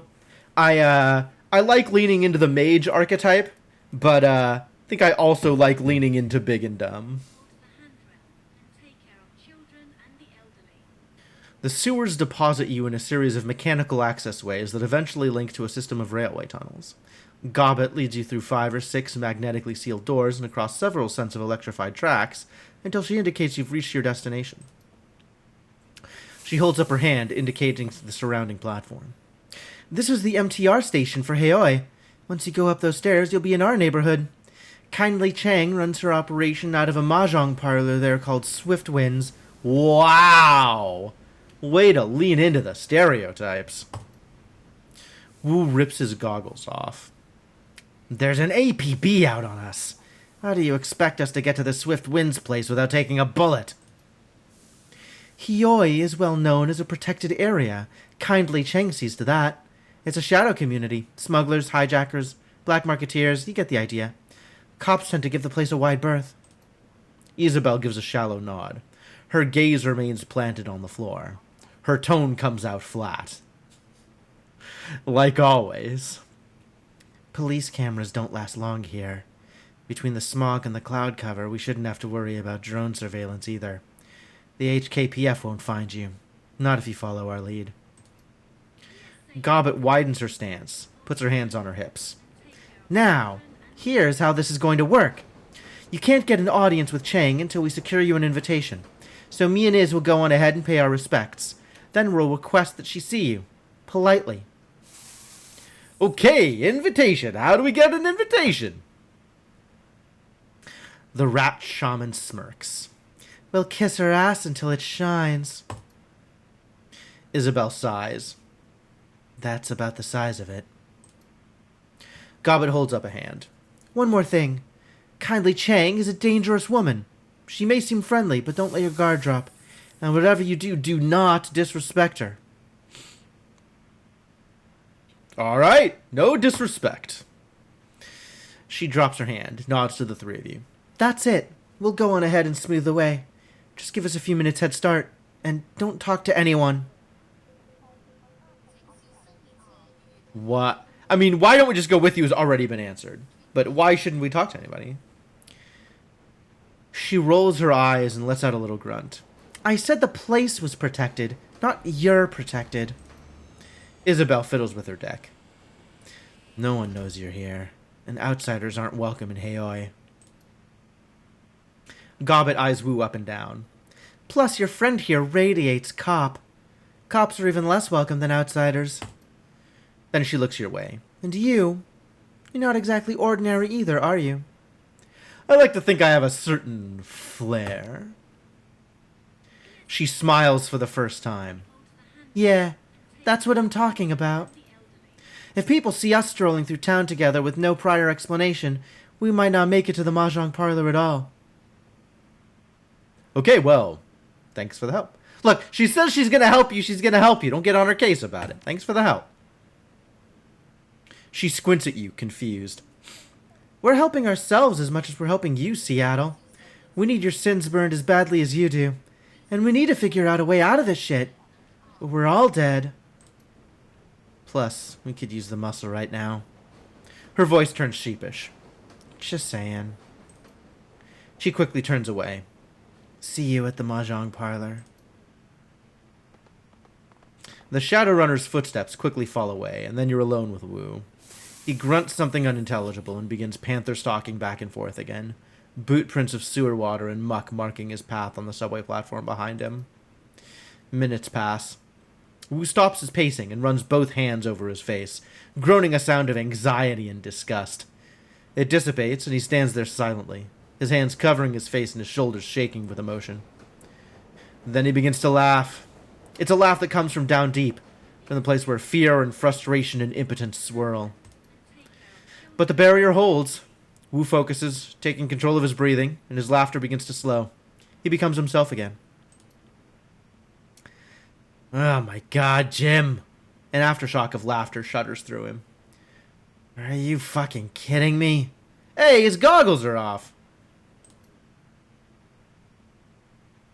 What the hell are we doing here? How did we get into this? He drops his hands and turns to you, shaking his head in disbelief. I think I'm gonna lose it.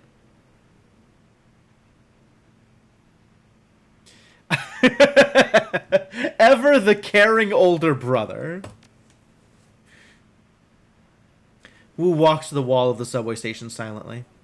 He stands there a moment, lost in thought, and then his fists explode in a flurry of punches. He hits the wall hard, sending plaster crumbling to the floor at his feet. The orc breathes heavily for a moment, head down, hands on hips. Spent.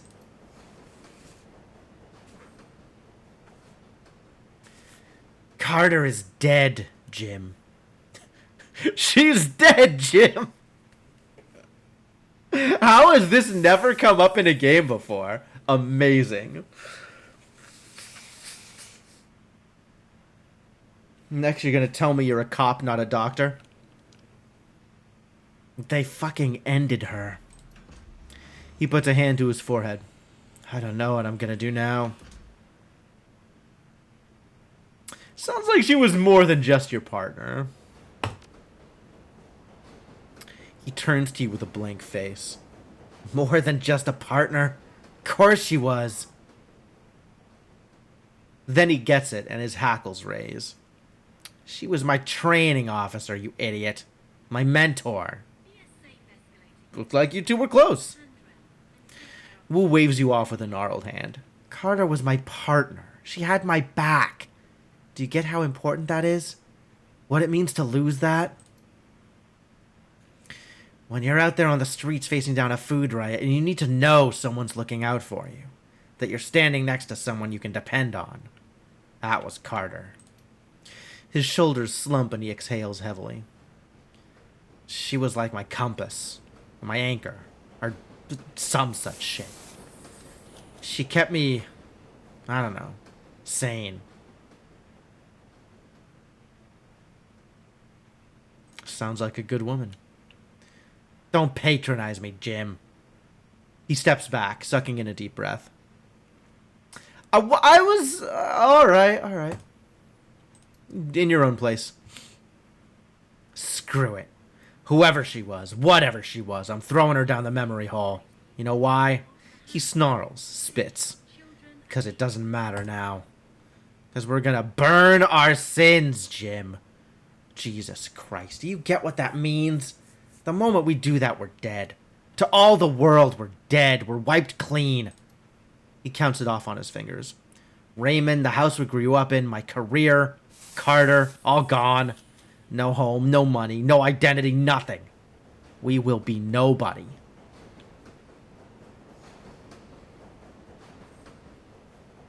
Enough with the drama.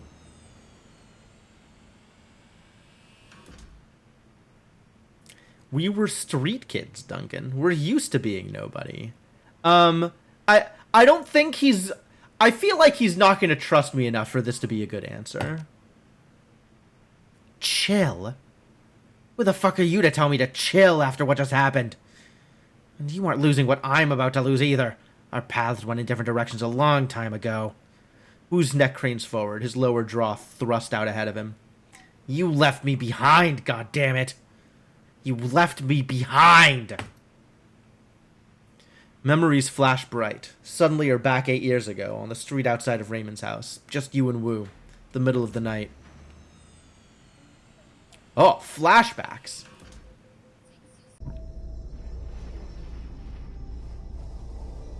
Young Duncan. Aw. You can't just leave like this, Jim. What am I gonna say to Raymond? You know how he is. Yeah, I know how he is. Inflexible. Exactly! We're breaking one of his rules just being outside the house after curfew. What is so important you have to run out now in the middle of the night without even telling Raymond why? He's distraught. You can see it on his face, hear it in his voice. He used to be lost without you.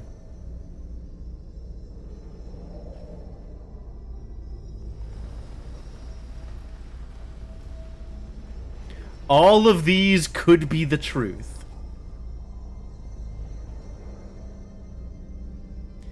Didn't I end up in jail or something? I guess I wasn't in jail for 8 years. I left for some other reason and then got in jail.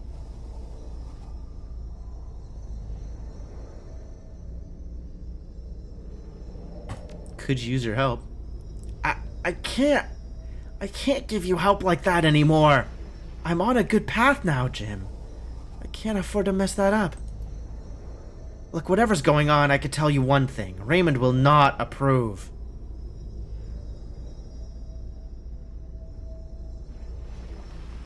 Raymond is an uncommon name. When you hear it, your brain goes to two places. Everybody loves Raymond and Raymond Kalitri, the bad guy in Gone in 60 Seconds. Interesting. I don't actually have a reference point for Raymond. Like, I didn't watch enough Everybody Loves Raymond, and I don't even know that I ever saw Gone in 60 Seconds. Like, just a name to me. I don't know, I got nothing. I know. Why do you think I'm sneaking out?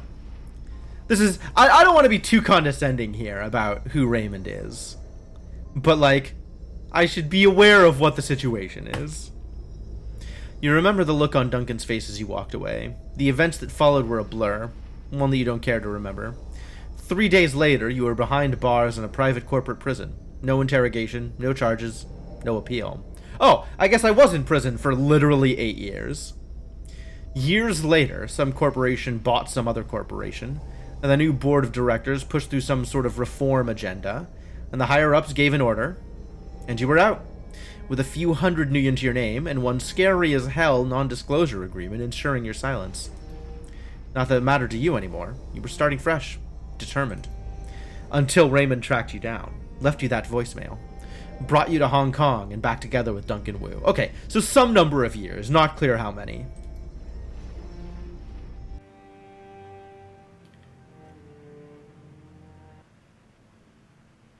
You realize that Wu's been staring at you. Now let's hear it. Where the hell have you been all this time? Why didn't you contact me? At least to tell me you were alive. The ads were pervasive? I'll believe that. Was locked up tight. Now shit? He squints at you, full lie detector mode. Oh. Fuck. I had no idea. Yeah, I know you had no idea. That's kind of the point. A range of emotions play across Wu's face. He stares at the ground for some time, before finally looking back up at you with a heavy sigh. I really don't know how to process that one right now. He shakes his head. I don't know. If we're still alive tomorrow, we could talk more. This shit is too much. We're marooned on this island, hunted by the cops. My partner is dead. Raymond is missing. And we're about to go see a crime lord about erasing our goddamn identities. And as a bonus, our only allies are a pair of tiny criminals who would kill us if they could do so. Oh, kill us if they could so they didn't have to deal with us. He rubs his head viciously. I wouldn't... I think I am inclined to look favorably on Gobbet and Isabel because they're cute. I guess Duncan has a different impression of Shadowrunners. Listen, Jim, back in the Barrens. Whenever I was out of control, you just handled the situation, remember? With Carter gone, I'm just a raw nerve. I'm afraid I'm gonna slip back. People are gonna start getting hurt again. I got the lead, Duncan. Just like I used to. He stares at you hard, like he's trying to see something inside your head. Then he checks his weapon, cocks and locks, back to business. Good. Now let's go meet that triad woman and get our damned sins burned. I want to rip off the bandage as fast as I can. Alright, well, is it time to get a move on? How long were we supposed to wait? Were they going to come back and get us? Maybe it's time to get a move on. Heioi, a makeshift boat city latched onto the Kaitak riverfront like a parasite. Behind you, a massive snarl of dark and derelict high-rises dominates the horizon. The walled city. Use intercom. Frederick Kafai. What does this say? Law's Techno Palace. Wow. Don't mess with the law. Triad Guard. Maybe let's not talk to the Triad Guard? We're supposed to not talk to anybody. That was the rule, right? She told us not to talk to anybody, so I guess we're not talking to anybody. Bolt hole.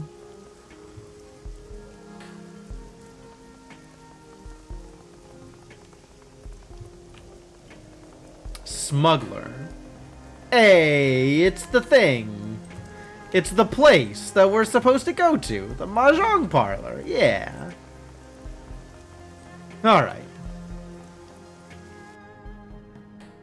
The Swift Winds Mahjong parlor, filled with the stink of cigarette smoke, the incessant click-clack of Mahjong tiles, and the grim faces of hardened gamblers.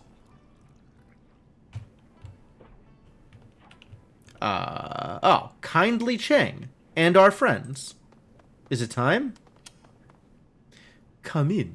We have a lot to talk about. I suppose so. You can feel every eye in the room as you cross the Mahjong parlor to the middle-aged woman sitting patiently at its end. The click-clack of ivory-colored tiles stops. Hands stray beneath tables, into jacket pockets, behind backs. Whoa! Really? They think I'm a threat. Nice. The woman has the face of a prison guard and the demeanor of an inmate. Her salt and pepper hair is pulled into an iron-hard bun, and beneath it, two shiny black eyes offer nothing. Buttons sewn on a doll. A nearly empty bottle of something foul rests on her mahjong table, nestled between a pair of dirty shot glasses. Tiny puddles of brown linger at their bottoms. Gobbet and Isabel stand on the other side of the table, heads lowered, shoulders slumped, hands clasped. They risk a frightened glance at you as you approach.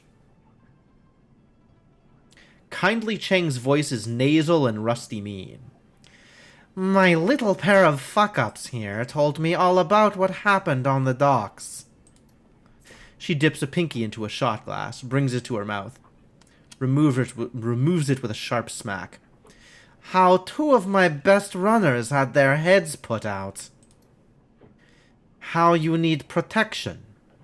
And how you need to get your identities wiped before you get your heads put out too.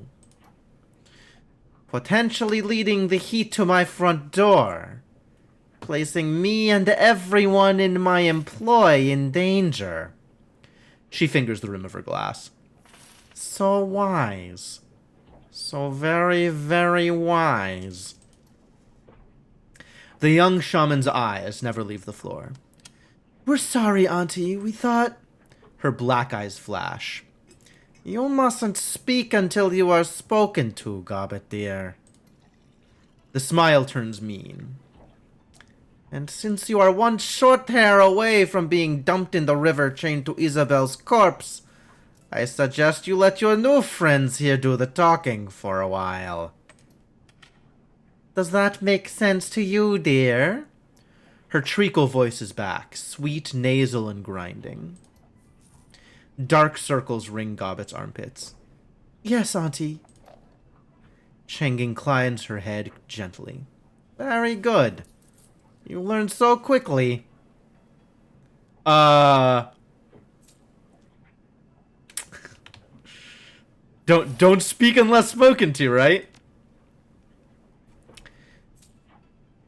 She pours another drink. Her cheeks are rosy, already flushed. Now, my darlings, I understand from little rat shit here that you came from Seattle to meet with my client, Mr. Black. Wu's jaw tightens at the word client. But before you could find him, the HKPF started splattering gray matter everywhere, and everything went to shit. Now you need your sins burned so you can disappear before you end up dead too. Is that right? Yes, ma'am. Very good. Why don't we start with you telling me who you are? Call me the Lever. This is such a stupid name. I love it. Ah, you've already chosen a street name. How prescient of you. Cheng looks at you approvingly. The Lever. It's a good name. Has real character. She flutters her eyelashes at you. Now what's your real name?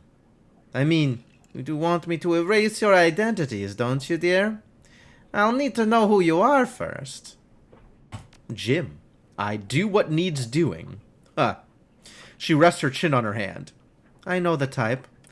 And how did you become someone who does what needs doing, Jim? I don't see much of a reason to lie here. I've been in the cooler for a few. I can be honest with her. Like, it's not like she won't figure it out. Wu's brow furrows and he shakes his head. Still can't believe it. Kindly Chang whips her head towards Wu, a nasty retort already on her lips. But then she stops, sticks out her lower lip as she sizes him up. She turns to her lieutenant standing behind her, nodding her approval. Looks like the gun show is in town. What's your name, gun show? Wu's focus remains straight ahead. Duncan Wu. I'm a cop. Lone Star. I hear there were some fresh corpses found on the docks tonight. Smugglers, I believe. Didn't sound like the Hong Kong police when I heard about it. Your doing?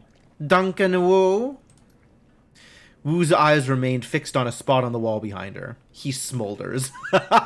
He's got practice reporting to superior officers. I identified myself as Lone Star, but they wouldn't stand down. They had weapons. It was self-defense. She puckers her lips at him, her voice sing-song. I don't care, sweetie. They weren't my people. But now I know you're a life-taker, Mr. Gun Show. You and your friend here. She begins arranging mahjong tiles on the table in front of her.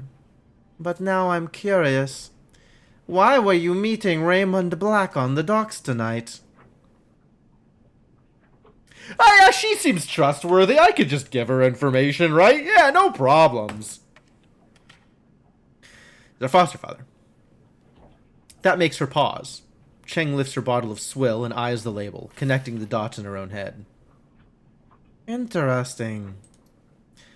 A look of disgust passes over her face. Sorry, kids, but he was looking like shit when I saw him. Eyes half open, dark circles around them, dragging his feet, the whole bit. She tisks in displeasure. Tisk, tisk. Your foster daddy was in a bad place. Sounds like he wasn't sleeping. Could be.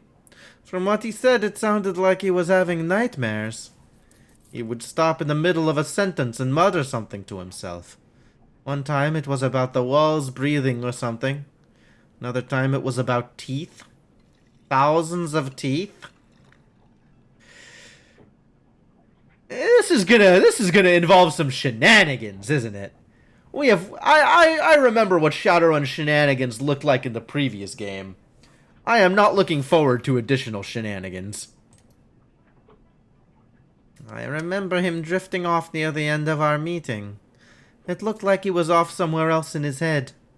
He said, "I left prosperity in there."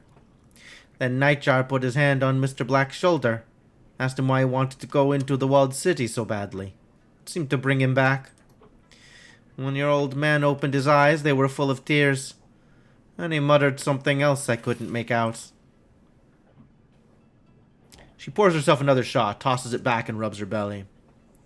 Your daddy got really irritating after a while. What do you think it means? I have no fucking clue. She grabs a long, slim cigar from a pack on the mahjong table. Lights it. Alright, let's get to it. She exhales smoke and points two fingers at you and Wu. You two need your sins burned, and you need them burned fast. Hong Kong dragnets are bad news. When they roll in force. Armored personnel carriers, heavy armor, heavy weapons, sorcerers, the whole thing. And they aren't coming to arrest you. She folds her arms across her chest. The thin cigar bobs in her mouth as she speaks. The good news is, I can help you. With a wave of my hand, I can have your sins disappear.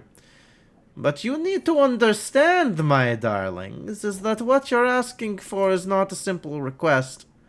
Burning a sin isn't just deleting a number. It's wiping all reference to that number from all of the world's largest databases. It's masking your mugshot in their facial recognition database, so that the first camera you walk past doesn't bring them down on you like a ton of bricks. It's covering our fucking tracks so that the act of burning your sin doesn't lead them right to us. It requires contacts in numerous corporations and the UCAS government. Smoke rolls out of the Triad boss's nose. It requires someone like me. Therefore, I need to make a choice. She takes another drag on her cigar and gently places her palm flat on the table. Do I kill you and dispose of your bodies before the cops come looking for you? Or do I help you burn your sins?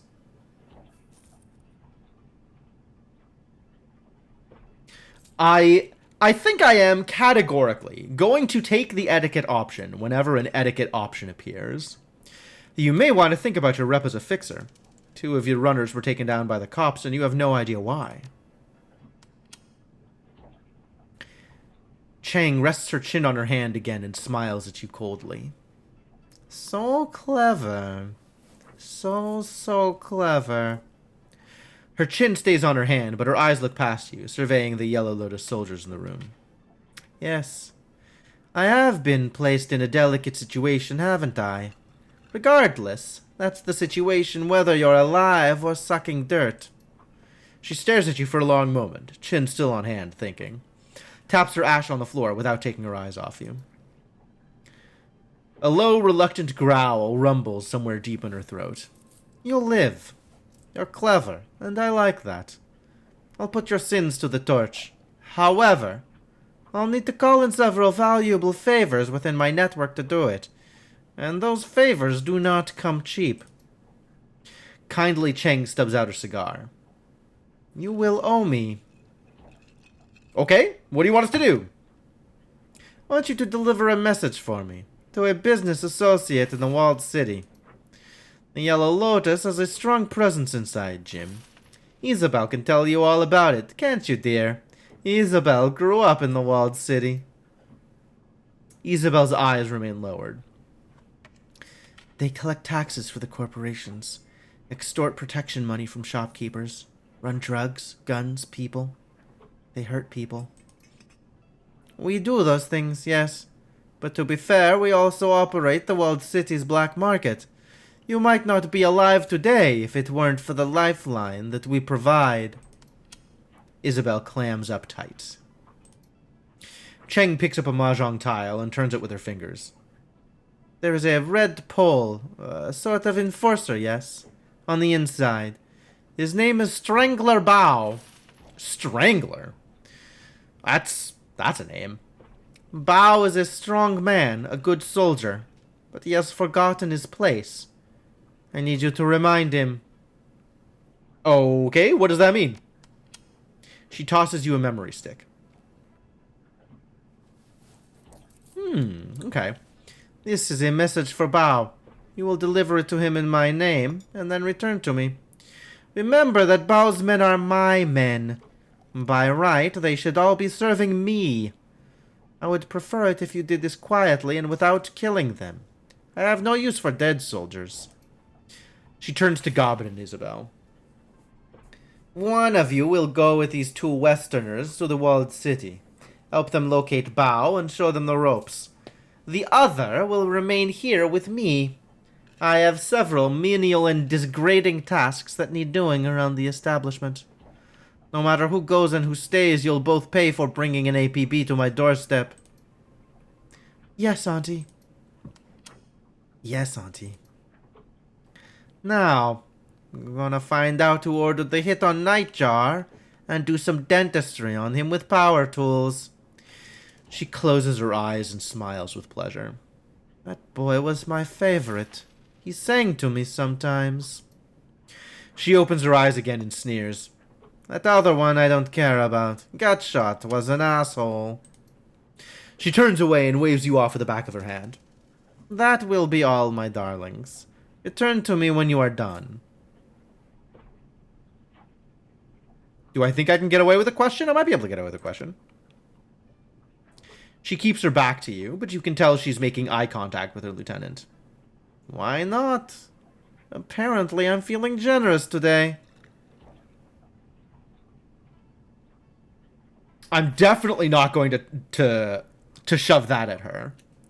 But she might know enough to have the answer to this. What do you think happened to Raymond and got your Shadowrunners killed? Kindly Cheng's voice is small. I don't know. Well, that's miserable. Alright, we have some karma. I could spend karma. I haven't even looked at my karma yet.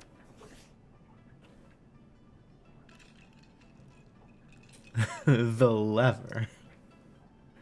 Man, look at all these etiquettes I know. Good thing I know things about charisma.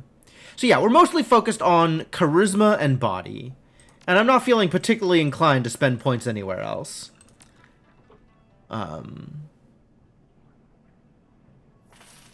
Air barrier, lightning barrier, fire barrier.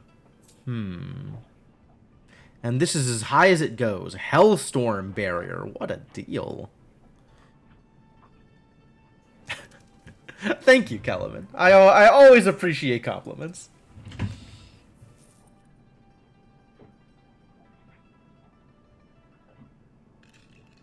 Do I just want... I don't know what I want to do. I'm not sure what my next goal is, to be honest. Is it whatever the hell this fire barrier thing is? That sounds kind of neat. Sure, let's aim for fire barrier. So I have, not sure how much I care about this. I'll go with this for now. Backpack. Trade. Cyberware. Unlikely to get much cyberware on account of I want to be able to cast spells. Acid Bolt 1 feels fairly weak. We should probably get something better than that.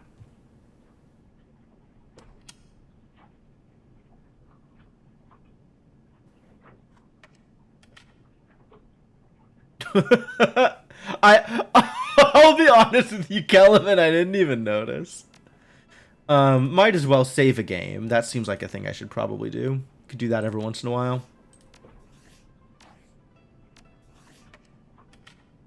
Yeah, new PC is going fine so far. I'm pretty happy with the results.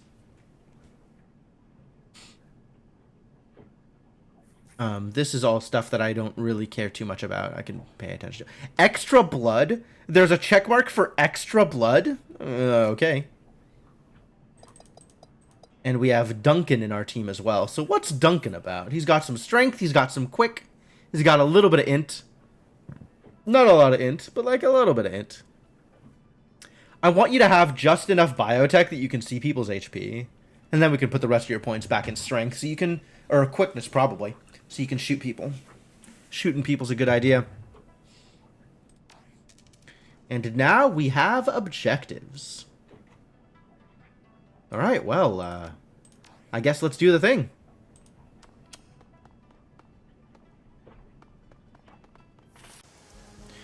Alright, well, we're probably allowed to talk to people now that we have accomplished the goal.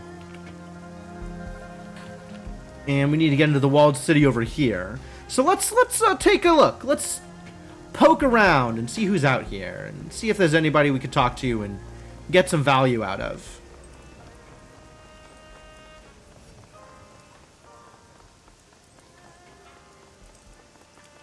Maybe there's a shop somewhere. Maybe what's-his-face is here. Jeremiah? What the hell was his name?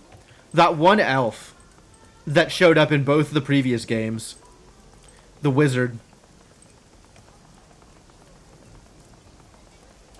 I like smugglers. I'll talk to a smuggler. Just off the docks, you spot a sea-worn man with a smile that's almost too wide for his head. Wow. He's got a Cheshire cat grin. His teeth shine white against the thick black bush of his beard. His clothes are a myriad of colors, patterns, and fabrics, a smattering of cultures, draped across his body. If there's anything he's clearly advertising, it's the extent of his travels. You see something you like? His voice is coarse, like steel wool on your eardrums. Come and get it, 'cause now's your last chance. Everything's on sale. Won't find prices like these anywhere else, my friend. What are you selling? Everything. Everything. Mana bolts. Required spellcasting 1. Oh. Which I don't have. Do I have? Unclear. There are a lot of things I'm going to not have. That is, in fact, clear. Hang on. What do I have? I don't have spellcasting 1. Wait, no, that's not me. Okay, I don't have spellcasting 1. I have conjuring 5. But if this is a mage spell... It says mage spell. But it works off of conjuring, I guess? I don't know, it's weird.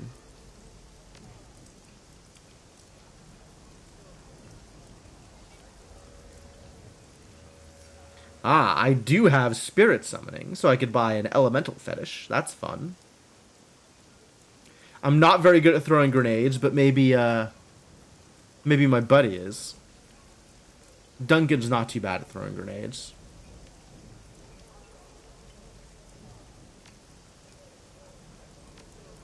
Is the only spell available? You suck. Worthless.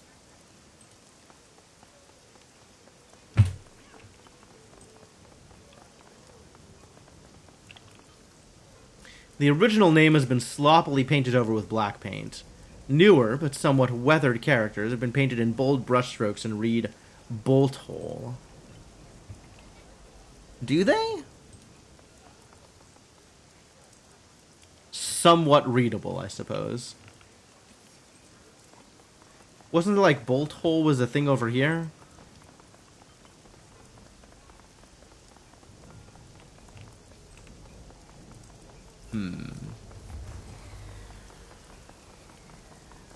Bolt Hole.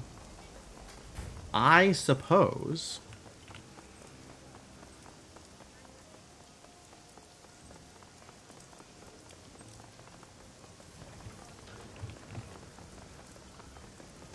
Frederick Cafe.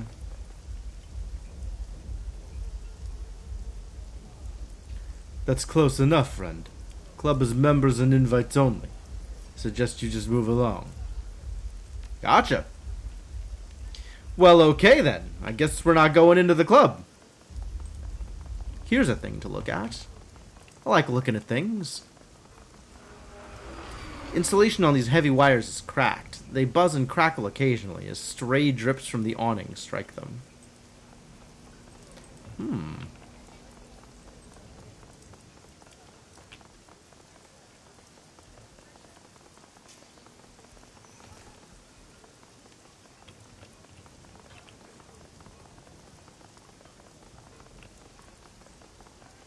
And then whatever's out here, nothing that we can interact with, really.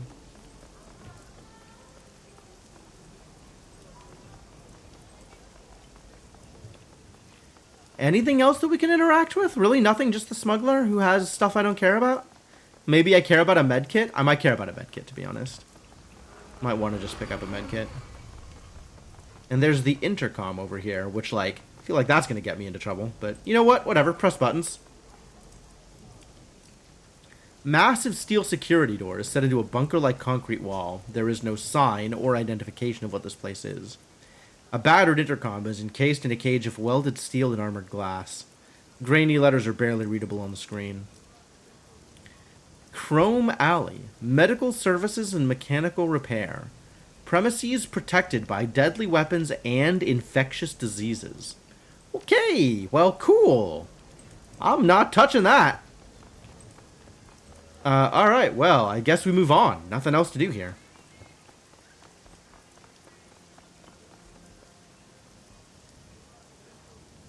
The thug taps his earpiece, gestures with his head. Auntie Chung said you'd be coming. You can pass. Uh-huh. Shouldn't we have somebody else with us here? Enter the walled city. Ah, okay. Here's where I set that up. When traveling to new mission locations, you'll be able to choose which members of your team to bring and modify their loadout for the run. When members of your team become permanently incapacitated on a mission, they'll be automatically extracted for emergency medical care. They will be patched up and ready for action the next time you return to Haoi.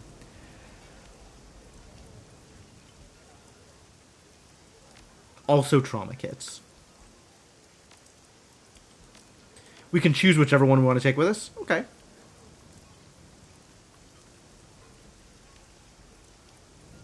I like having someone who can heal.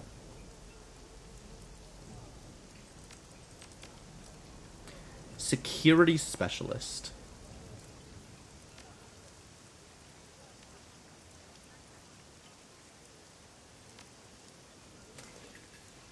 On the other hand, Isabel has the rocket launcher. Trade-offs.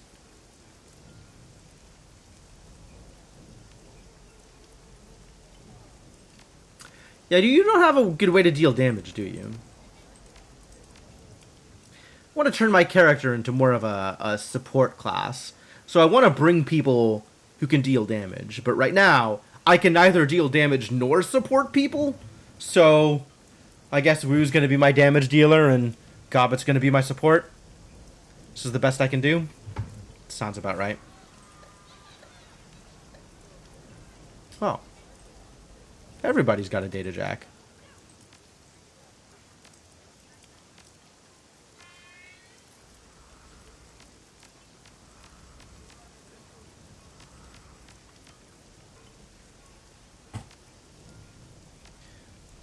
Yeah, that's the team.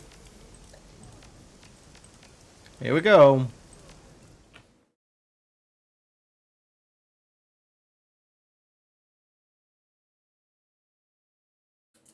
City of Darkness. Kowloon Walled City. The most densely populated spot on Earth. Nearly 40,000 people crammed into 7 acres of chaos, poverty, disease, and vice. A self-contained city that collects no taxes and provides no city services. Stagnant water sits in temporary wells. Trash lies piled on roofs for controlled burns. Improvised structures lean dangerously over populated areas. It's the ideal breeding ground for all manner of illicit trade. Drugs, gambling, black market trade, meta-human trafficking, and everything in between. The only law is triad law. And now you need to enter the septic system of a city. Find a triad enforcer named Strangler Bao, and deliver a message from Kindly Chang. Okay. Nothing in my stash. I cannot move any of my team's gear.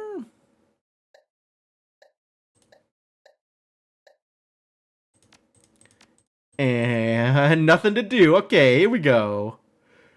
Clear character? What does this do? Oh, I see. If I wanted to have no gear at all, I could do that.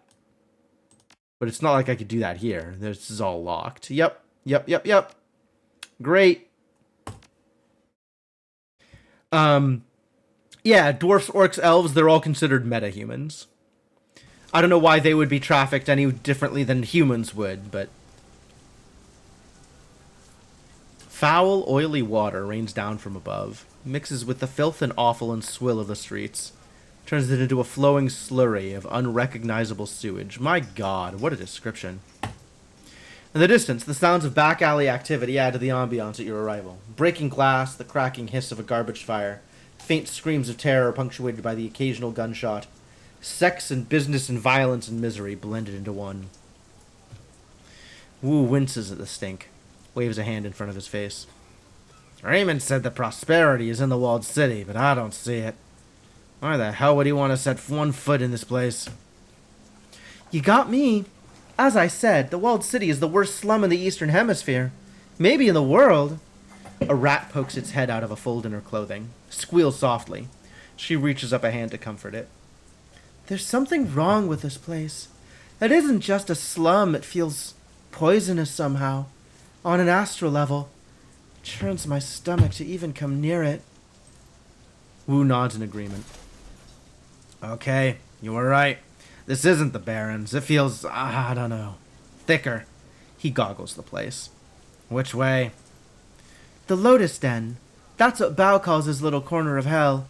I don't know where it is offhand, but I have a way of finding things. There's a flurry of motion at her hip, and a second pair of beady eyes appears. Gobbet shifts her hand from one rat to the other, stroking each in turn. They probably aren't expecting anyone to come in force. We can kick in the door, drop the cards, hand over the message, and get the hell out. Kindly doesn't want them dead. She wants them to remember where their loyalties lie. It's tough to remember much of anything when you've got a bullet in your head. I mean, we could kill them if you really wanted to. Technically, Bao is the only one that has to live. But I'd rather keep Auntie Cheng happy than piss her off again.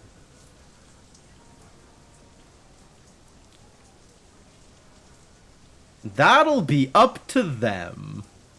Yeah, I think that's fair. If they don't try and kill us, we don't dust them. Got it. Let's get this done. Alright, let's, optional objective, do not kill any yellow lotus. Well, ideally.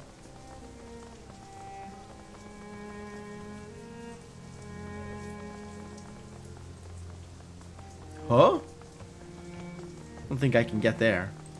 What's in the pile of junk? Putrid stench emanates from the remains of this building. You see nothing that would cause it. Merchant? Tell me more.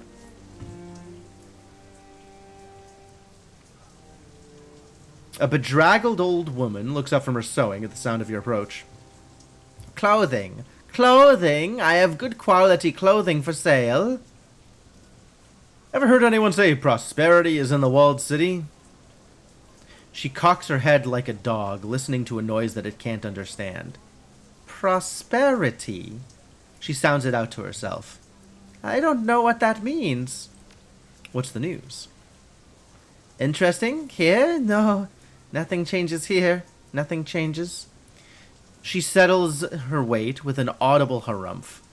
Strangler Bao is the big man now. He is very important. Very impatient. You know Bao? We'd love to meet him. Well, he requested a suit, and it took only 1 day longer than expected. The bastard refused to accept it. She spits. You see your friend Bao, you tell him that he still owes me for my time. I don't sew for nothing. You can't eat air. We'll get right on that. She nods sagely. You see that you do. Now what else do you want? Later, lady. Alright, well that was pretty useless. Bloodied woman. What's up? You need help? A young woman lies on the ground. She's a bloody mess. Streaks and spatters of crimson crisscross her blouse and mat her hair. Damn. Judging by the quality of her clothing and the bag on her shoulder, you'd make her out as a student. She's as out of place here as a librarian would be in a game of urban brawl. She struggles to move, but she's clearly exhausted. The dark circles under her eyes tell you that she hasn't slept in days. When the woman sees you heading her way, her face hardens. You see her hand slip into her jacket pocket, but as she studies your faces, the fear in her eyes give way to curiosity. You guys don't look like you're from around here. A hacking cough shakes her, but his eyes remain fixed on you. She's the one that called for help, alright? You don't get to call for help, and then when somebody approaches you, get all pissy at them. Well, I guess nobody here would really respond well to a call for help, huh? That's right, we're out-of-towners. Cool, that's cool. She looks like she can barely keep her eyes open. Predators. I'm okay, though. The blood's theirs. Thought I'd rest here for a minute before I got back to work. Work? You're on a job? She shakes her head. No, school. I am a student at HKU. She glances around watchfully, over your shoulder at the buildings looming above her, into windows nearby. Here to do some research. Gotta finish before I can leave. Look like you haven't slept in days. That's because I haven't. I've been living with a family in one of the inner blocks for the past few months, working on my thesis. It was bad, but I can handle it. For the past 5 days, though, I've been living on the streets hiding from predators. A funny place to write a thesis.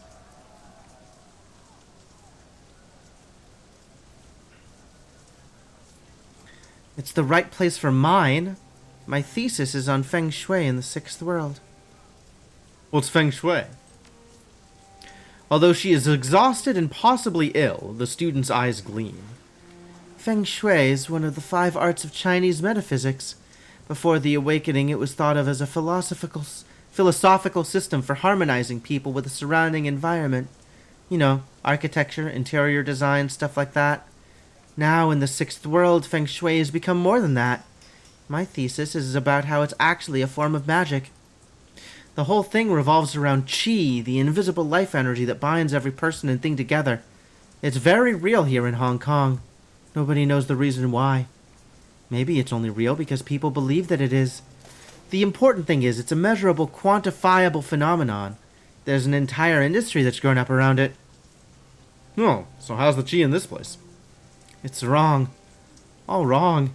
The Feng Shui in the walled city is completely screwed. I mean, look at the place. She gestures at the squalor around you. You can feel it, right? I felt that something was wrong the minute I walked in. Bad Qi, huh? Yeah, bad Feng Shui. Qi needs to flow or it goes sour. Positive Feng Shui allows that to happen. The woman clears her throat, then lets out a hacking cough.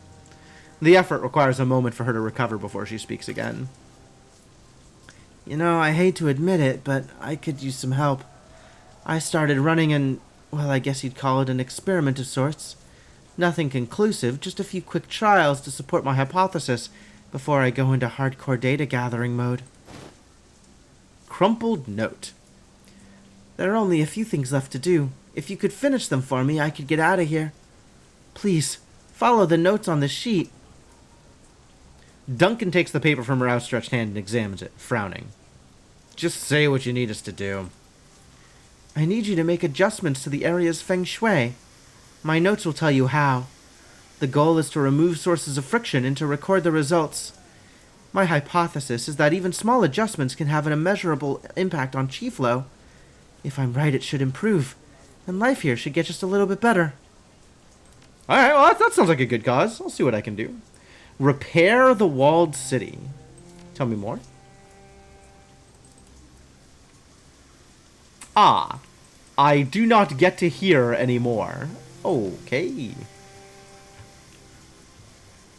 Do we think there's like a thing back the way I came that's a repair?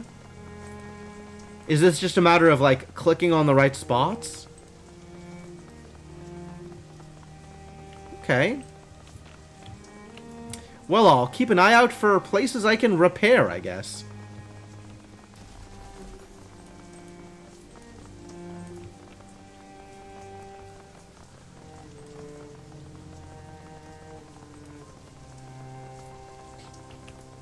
Inspect. Absolutely.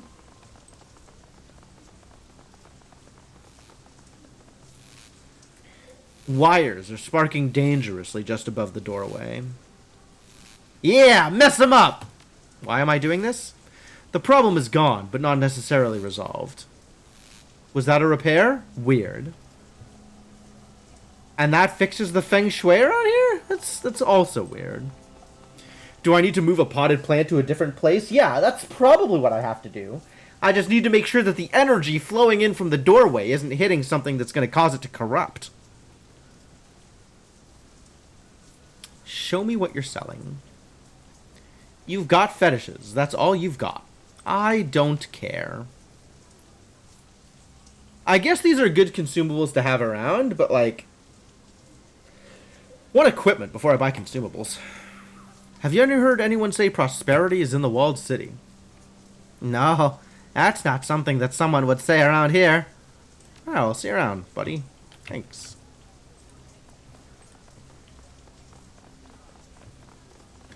Any other inspect points? Inspect. Absolutely. The market stall has been picked clean. Its owner replaced by a pool of dried blood. Oh? That sounds bad. Spiritual energy. Gobbet comes up short. She gestures down at a pile of filthy rags on the ground. A man's shirt, encrusted with dried blood and grime. Hey, hold up. This cloth has a lot of negative energy coming off of it. I think that there's a spirit bound to it. What do you think it is? Well, it's a ghost. Either that or a spirit of man that thinks it's a ghost. It's hard to be sure. She stares at the cloth, frowning. Whatever it is, it's upset. I can feel its anger and sorrow from here. But that's all I can get from it while it's hiding like this. What do you propose?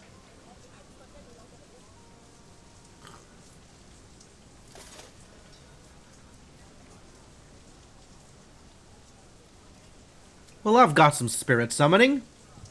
Let's summon ourselves a spirit. I see yellow text. I want to do yellow text. As the energies bound into the cloth begin to swirl, Gobbet cocks her head appreciatively. Not bad. I like your style. The air above the bloody rags shimmers. Slowly, something close to man-shaped coalesces into being. A soft voice echoes out from deep inside, as if it began somewhere else. What is this? The spirit peers at you through eyes as soft and undefined as poached eggs. Where am I? You've shed your body. You're a spirit now. Spirit. I am... It raises its hands to examine them, blank eyes sweeping over dead flesh. How? You don't know what happened? I was pushed out of my shop. Hunted through alleys. The spirit's mouth widens in horror. Bao. Bao and his men. I wouldn't pay them. Wouldn't accept their protection. Proud.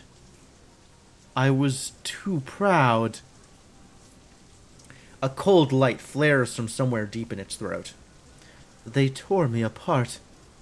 Butchered me like a duck. It searches the sky, the ground, tearing at the memories inside itself. As it relives its own death, a network of deep cuts opens in its waxy skin, spattering black ichor on the ground.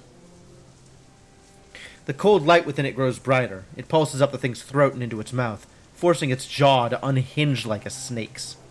A burning radiance pours out of the spirit's mouth like vomit, spattering to the ground in an ectoplasmic flood of anger and despair. Wow. That was nasty. It was nasty. Maybe you can help us? Sure. Help. It looks confused, lost. I can. Let's try not killing, yeah? You can get us past Bao's guards and into the walled city, so we can find him. The spirit's eyes roll in its head and it shudders, struggling to let the passion dissipate. I had a friend. It squeezes its eyes shut as it struggles to remember. A smuggler of animals. He had a space. Hidden. Secret. Alright, keep going. An entrance. In the sublevels. The spirit clasps its head in its hands. A chute. A door. Red paint. And numbers. 5465. 5465. Thank you, spirit. The entity squeezes its eyes shut and turns away. Oh, that was neat. And what are you? Yellow Lotus Captain. Oh, really? What's over here? Something we can repair? You come upon a heavily muscled triad soldier screaming at a bearded old man holding a bleeding nose. The punk wags a cheap disposable cred stick in the old man's face. This? The bright plastic case would look cheerful if it weren't smeared with blood. This isn't enough. You got two options, old man. You can find a way to pay me all the money, or you can drag your bony ass deeper into the wall. Find a spot for yourself there with the pimps and the predators. They should find a nice use for you. Your choice. The old man wails. It's not fair. I can't just pack up and leave. I've been living here 22 years and I... Is this how it's gonna be? Fine by me. Uh-oh. Aw. Mean. He's out cold. To lower levels. Bucket of sand. I guess I'll pick up a bucket of sand? Maybe I gotta put out a fire or something? It's a mission item. Sounds like a thing I'm going to want eventually.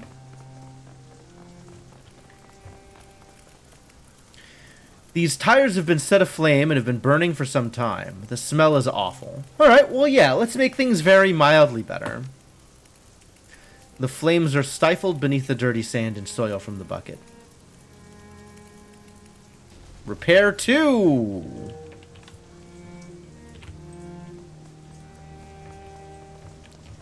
Alright. Mild improvements. To lower levels. Yellow Lotus Captain. A well-muscled and heavily tattooed triad member looks up from his PDA, bored but alert. Behind him, other Yellow Lotus soldiers take notice and turn to leer at you. You're in the wrong neighborhood, tourist boy. You and all your little tourist friends.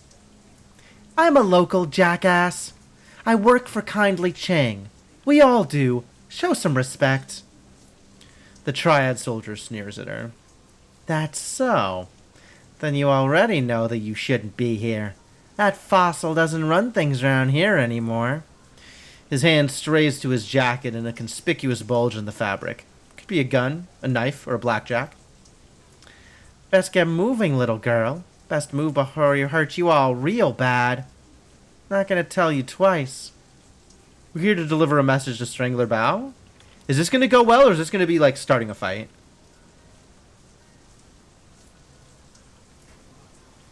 He pauses in mock consideration. No, I don't think so. We haven't been told to expect anyone.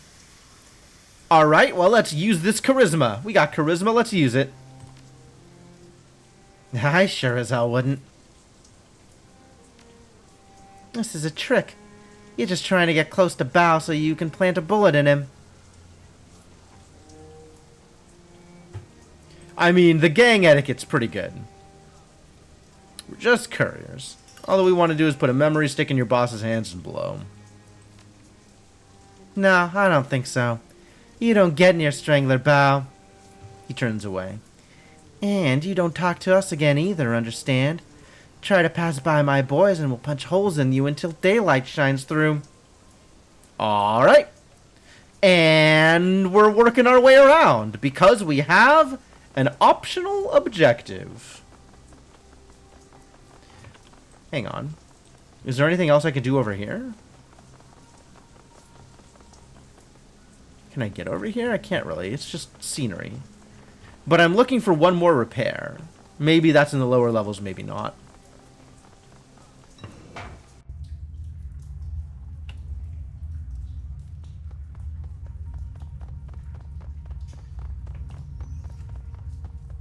Door panel.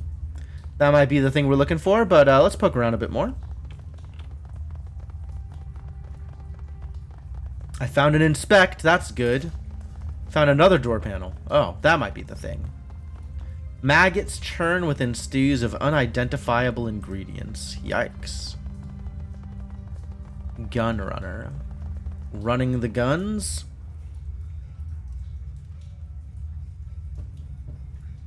A tubby man with a twice broken nose glances up at you from a pile of gun parts. He offers you a gap-toothed smile. Nice firearms here, good for protection. You got a husband or wife? You got kids? You keep 'em safe with one of these beauties. Quality is guaranteed. Your satisfaction is everything. You want to buy? Show me what you got. Man, if only I cared about guns, I might care about one of these guns. But I don't think I care about guns. What is this? Excuse me? That was weird. Why was it bugged out like that? I think I don't buy any of these. But thank you. Ever heard anyone say prosperity is in the walled city? He snorts his reply.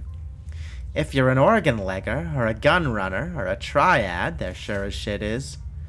Otherwise, you're looking at a hand-to-mouth, meal-to-meal existence here. Alright, well, good. Great. Thank you for the, whatever. Whatever it is you did for me, thank you. I don't think you did that much for me, actually. But, you know, I was raised to be polite. Yeah, I don't think you really thought that one through, Mr. Gecko. Aha! An inspect. Looking for this. This old rusted water valve might be able to close off the flow of water that's pouring out of the broken pipe. Duncan? Duncan steps up to the valve. Sure thing. Shouldn't be too hard. The flow of water ceases. Less clean water will run off into the streets now. I did it! I got karma. Alright, cool, that was worth it. Should I go back and talk to her, you think?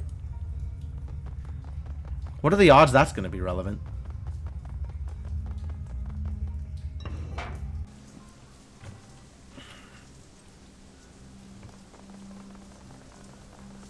Local.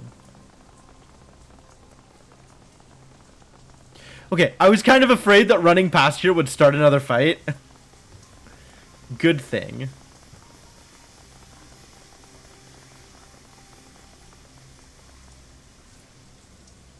The young woman startles at your approach, fumbling for something in her pocket. When she recognizes you, she relaxes. Is it done? It's done. Thank you. Thank you so much. The young woman sighs with relief. She opens the flap on her satchel, reaches inside, and produces a plastic sheath. I'm not magically active, so I can't see the flow of chi in the area. But I've got test strips. Little sheets of paper embedded with the chi-sensitive bacteria. It's a close relative of FAB, but it doesn't see much use outside of Hong Kong. She pulls the strip out of the sheath and holds it to the air. Within seconds, it turns ink black. She lets out a dejected sigh, her eyes shifting from the strip to her watch to the strip again. She looks utterly defeated. Damn it. I've been making adjustments for weeks now, trying to get the chi to circulate better, and nothing seems to work. If anything, this one went bad even faster than the control strips I took when I got here. Maybe you're doing it wrong. I've followed the text, done everything right. It should work. The chi here is rancid, that's obvious. But I swear it's even worse than it should be. No wonder this place is so disgusting. The student coughs and rests her head in her hands. That's it. I'm getting out of here. In a little while. Gotta tell my advisor about this. Thanks for the help. Hope you don't stay long. I sure as hell won't. Alright. Well, that cleans that up, I guess. Mission items. Crumpled note. This one. A door with red graffiti nearby. Okay. Door with red graffiti nearby.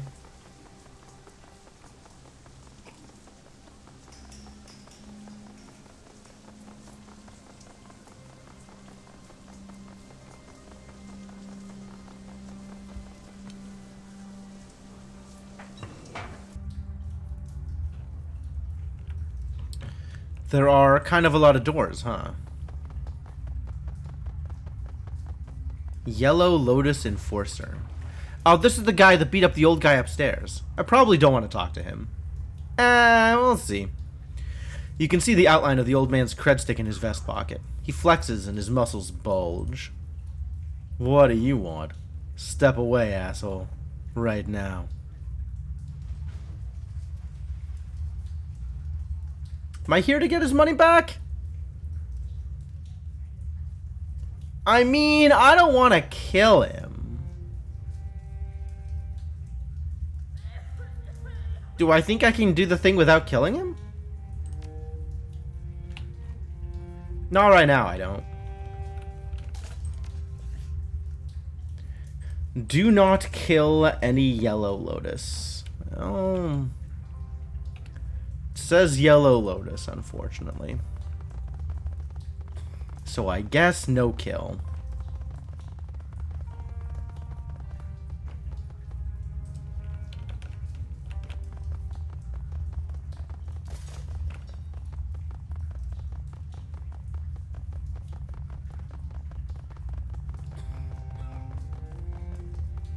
Does this door have red graffiti nearby? Not really.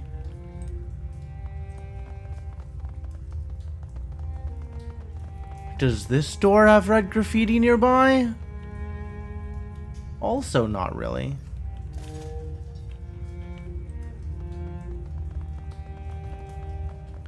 Are there more doors?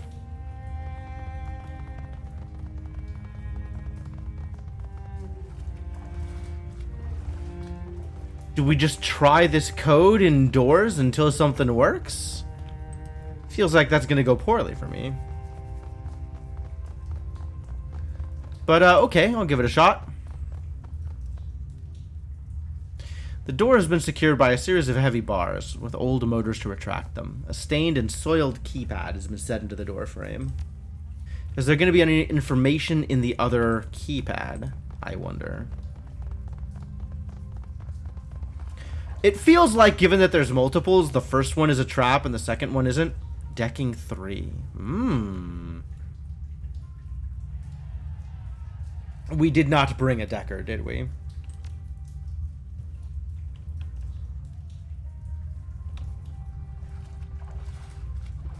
Let's try entering a code.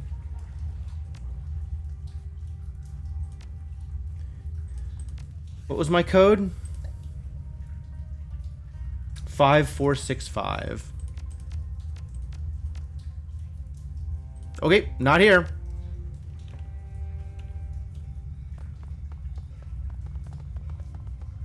Man, really got to bring a decker with you everywhere. Never leave home without it.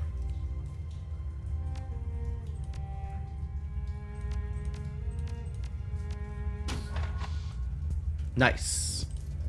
Karma. Hellhound. Okay, but that's not Yellow Lotus. So they're safe to kill.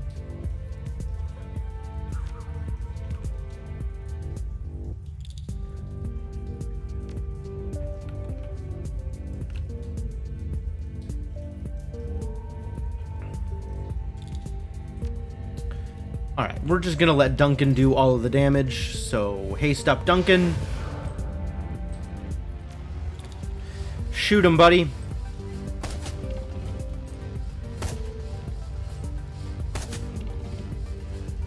Oh, I could have given you aim. That would have been smart. Well, I guess we'll do that now. And then shoot poorly. And call that a turn. Ow! Ooh, that's a lot of damage. Why do I always take so much damage? 2? Oh, because it was the burn. That's awful.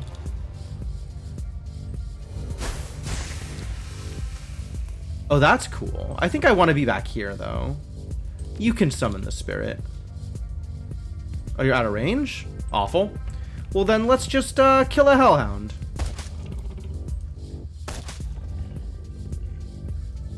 Line of sight blocked. Okay.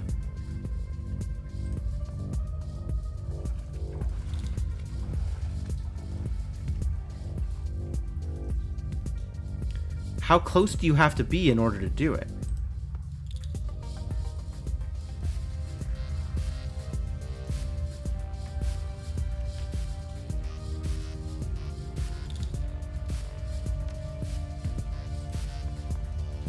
That close, apparently.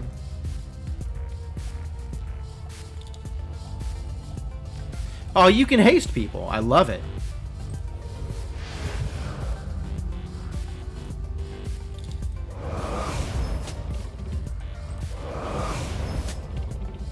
Look who's sleeping. All right, does that mean that you can subdue? Why can you not subdue? I guess sleeping is not stunned? I'm pretty sure that's what stunned means. Okay, well then, I guess instead we'll just keep shooting.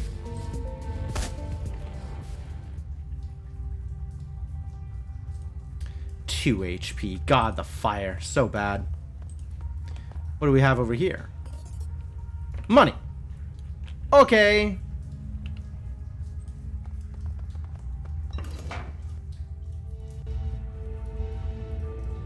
Game saved. Okay, thank you.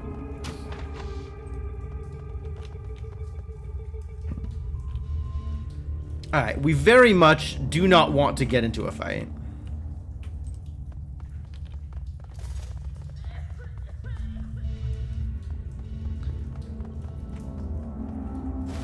I am... Oh. Strangler Bow's code. That's convenient. 6378. That sounds like a good point to say. Oh. I can't save mid-thing. Okay. I do want to explore a bit, but I don't want to get in a fight if I don't have to. SimSense vending machine. Okay, I'll take a look. Left unlocked for restocking. Oh, okay. Free SimSense chip, I guess.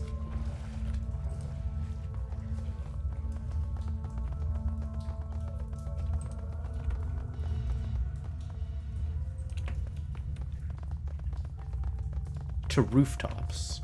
Open door. I think I'm supposed to be headed that way. I'll open a door, though. Nice.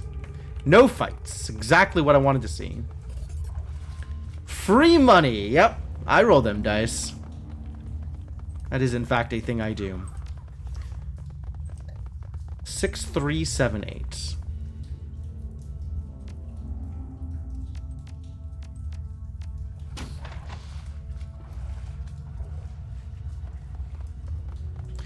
What is up, Strangler Bow? You're really not living in the lap of luxury, are you? Like, this is a big room, but boy howdy, is this some squalor. A large man in his 50s stands waiting, his heavily tattooed arms held in a fighter stance. His bone structure is heavy. Bone structure? You got some heavy bone structure, my friend. The hell does that even mean? Corded muscle stands out on his arms and chest. In his youth, he must have been enormous. He doesn't talk so much as emit a low rumble. I don't know how you got in here, but you've got my attention. Candy Graham! I have a mess. No, we're just gonna play this straight. I have a message from Kindly Chang. A message from Chang. Can't wait to hear you mangle it. He chuckles to himself. You speak Cantonese so well. But before I hear it, I have a little message for her, too. You tell Kindly Chang that her operations are done in the walled city. Strangler Bao has given himself a promotion. And tell her that if she sends any more errand boys to visit him with another message, Strangler Bao is going to send them back in a box. Think you could tell her that, errand boy? Should I write it down for you in English? I just want to hang out, play some video games, do triad stuff. I'm kind of amused at the idea of just taking the sarcasm path and joking my way through every encounter, but that's not how I'm playing it this time. I don't get to hear you butcher the message. I'm sad. Objective complete.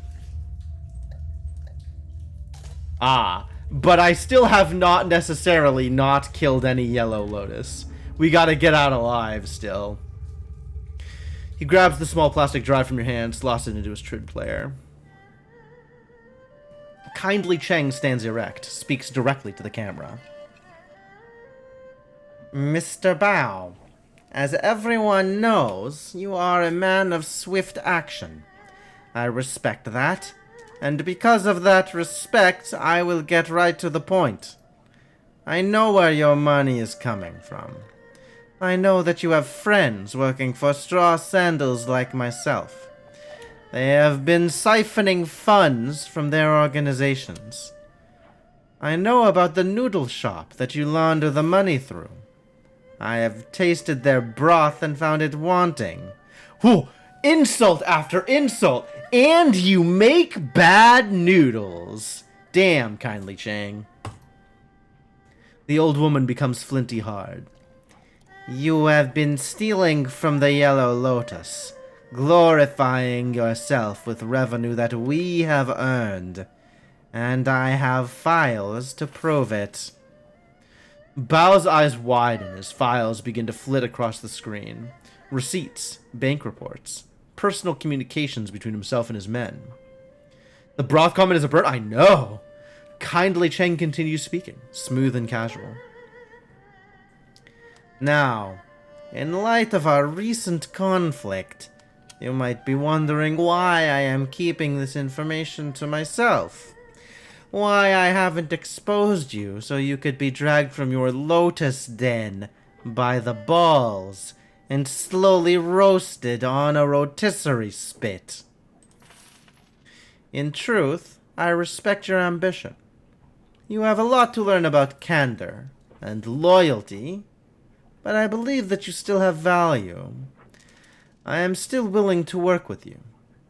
However, in order for that to happen, we need to come to an understanding about the nature of our partnership. Kindly Chang steps forward, fills the screen. I own you, Bao. You and all of your men, you are my fucking playthings. Dolls to twist and pose as I see fit. I am in this position because I am far better at this than you, and it's time that you learned it. Accept what I am telling you, and we can get back to business. Prosper together. But if you continue your little rebellion, I will mail tiny pieces of you to your children and take their picture as they open the package. You know she doesn't make empty threats, too. Like, these are exaggerated threats, but she is going to deliver on them down to the letter. She produces one of her thin black cigars, lights it, holds the smoke a long time. You have 24 hours to return to the fold. If you aren't here licking my heels by then, the information will be released and you will become food for fish. Your choice, Bao. 24 hours. The message winks out. Strangler Bao turns away from the screen slowly. His skin is ashen. Get out. He pauses, casts his eyes to the floor. And tell Mrs. Chang to expect me at Swift Winds tomorrow. He stands up straight. Tomorrow morning. I will. Thank you for your time. Go. Just go. Alright, time to just go. And away we go. Back the way we came in, I'm thinking.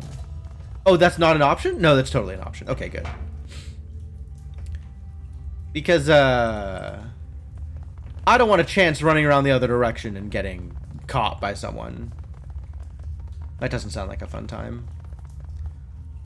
Turn to Hayoi. Yep. Do that thing. Wu holds up his hand for everyone to stop. Turns to the two of you and hooks his thumbs in his belt. Wow. That was a thing. Never thought I'd be shuttling messages between criminals in a Hong Kong syndicate. Can't imagine what Raymond would have wanted in the walled city. This place just feels wrong. No kidding. There's something off about it. This place makes you feel like your life has no value. Like there's just no point to anything. He sighs and looks at your companion. Great life you have here, runner. Gobbet ignores the barb, scratches her head. I can't believe it. We actually delivered the old lady's message without anyone dying. I've had enough of triads. Let's get out of this pit. I'm with you, Gunshow. I don't need to see this place ever again. Gunshow? Seriously? Wu's goggles pan down and come to rest on Gobbet. That's not gonna stick, is it? Alright, but yeah, this isn't still completed. So, let's just get out of here.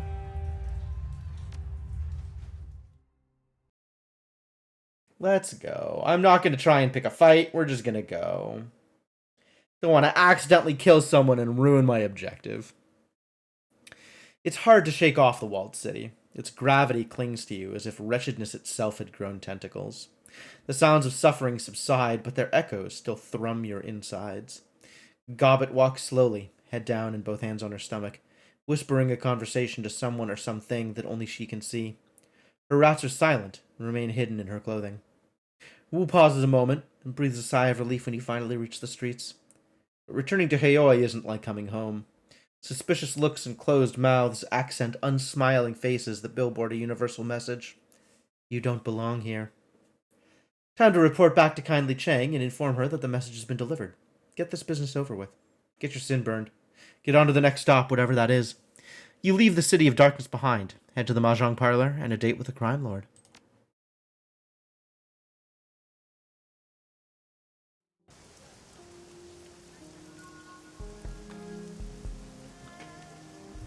Damn, 6 karma. Hot stuff. Spend that karma. I want to be able to equip Fire Barrier. That sounds lovely. And then I have 6 available. Maybe it's time for body? More hit points? Yeah, more hit points. I like that. Confirm.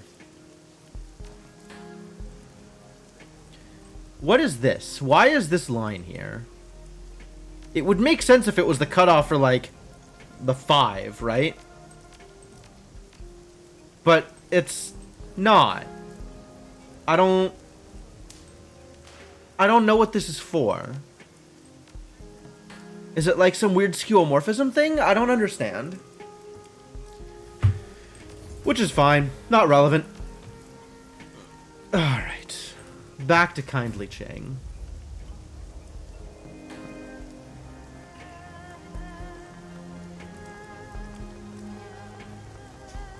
I like Kindly Chang. She's fun.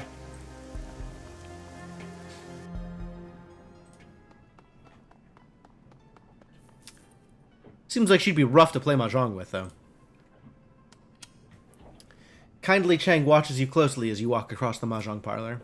As you approach, her lieutenant leans in, brings her mouth close to the Triad boss's ear. Cheng smiles and nods, her eyes never leaving you. There's a twinkle in the straw sandal's eye. I've heard from Bao. He got my message very clearly. And I understand that there were no casualties created during your little delivery run. I am pleased and surprised.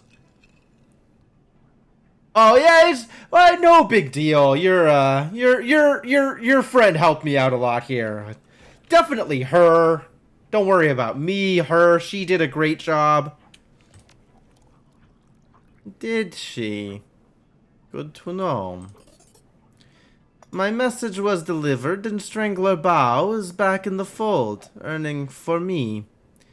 As far as I'm concerned, our transaction is complete. While you were gone, I set the wheels in motion to wipe your identities. She pulls out her PDA, stabs a button with a lacquered fingernail. The order has been sent. Congratulations, you are now sinless. Shadow people. Wu exhales heavily. His eyes remain focused straight ahead, but his shoulders sag.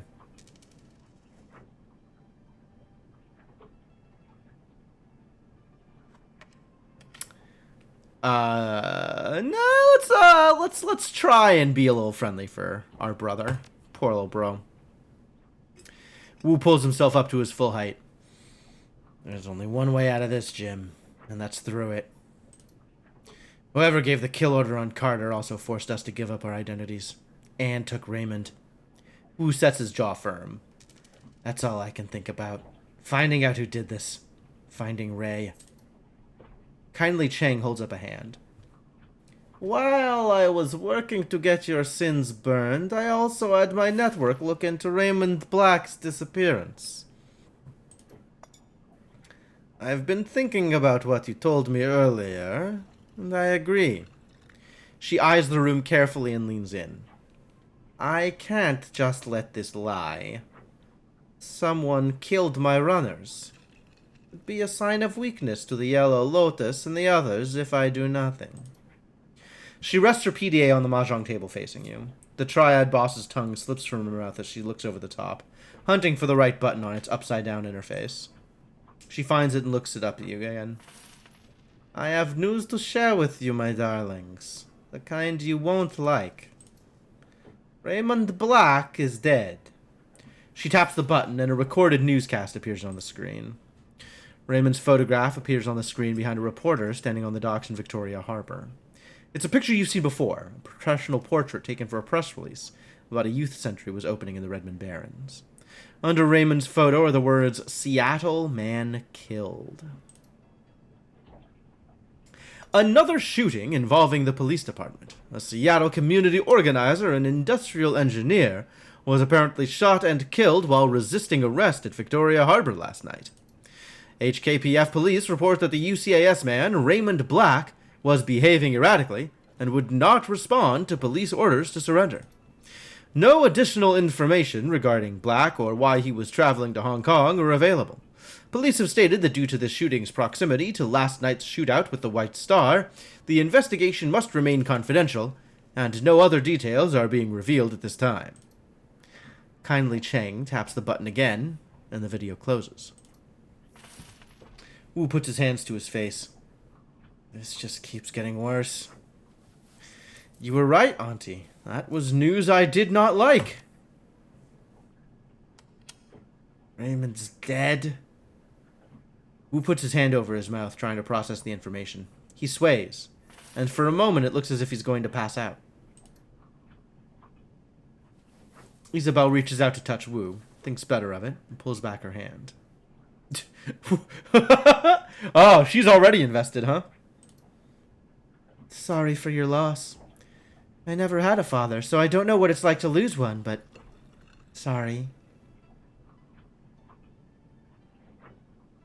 Well, I'm mad, but is Duncan okay?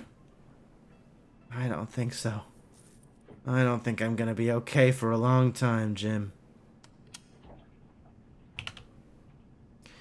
Does he remind you a little bit of what's-his-face, the ally that we had in Disco Elysium? Why can't I remember his name? Why am I so bad with names? Kim Kusagari, or whatever his name was. Kind of reminds me of Kim. Kindly taps the video closed. She hunts around the keypad and selects another button. I'm afraid that's not all, my darlings. This is security footage from Victoria Harbor from last night. You'll find it contains a contradiction. The PDA shows silent, grainy video footage of Raymond sitting in a tea shop, flanked by 2 guards. He's looking down at something in his hand, completely distracted. The footage continues, and the camera displays several black-clad figures entering its field of view from different angles, guns ready. A tall, sharply dressed man in a suit walks briskly towards Raymond, flanked by 2 more. Raymond stands to face him, and the camera gets a clear view of the suit's face. White plastic. His guards turn to draw weapons, and muzzle flashes erupt from all sides. One of Raymond's guards goes down, and his submachine gun fires wildly, hitting the camera. Yeah, Kitsuragi, that was it. Wu puts his hands on the table and leans in. Those weren't cops. And Raymond wasn't resisting arrest. What's with that guy's face? Gobbet reaches up to stroke the rat perched on her shoulder. Is that a mask? It doesn't look like a mask. It looks like some sort of semi-rigid plastic implant. Real craftsmanship. She pushes out her lower lip in appreciation. Quite the fashion accessory. It's also the kind of fashion accessory that stands out in a crowd. Guy's either a fool or an arrogant son of a bitch.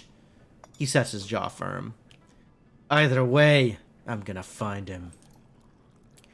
Kindly Chang watches Wu intently. I believe you. Wu stands back and turns to you. What now?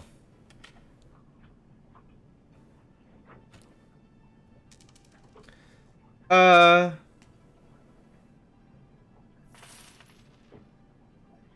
like getting some answers. Uh-oh. With what resources? Cheng's eyes sparkle. I'm afraid there are some facts you're going to have to face. She puts on a grave face. You are alone in this country. No network, no money, no identity.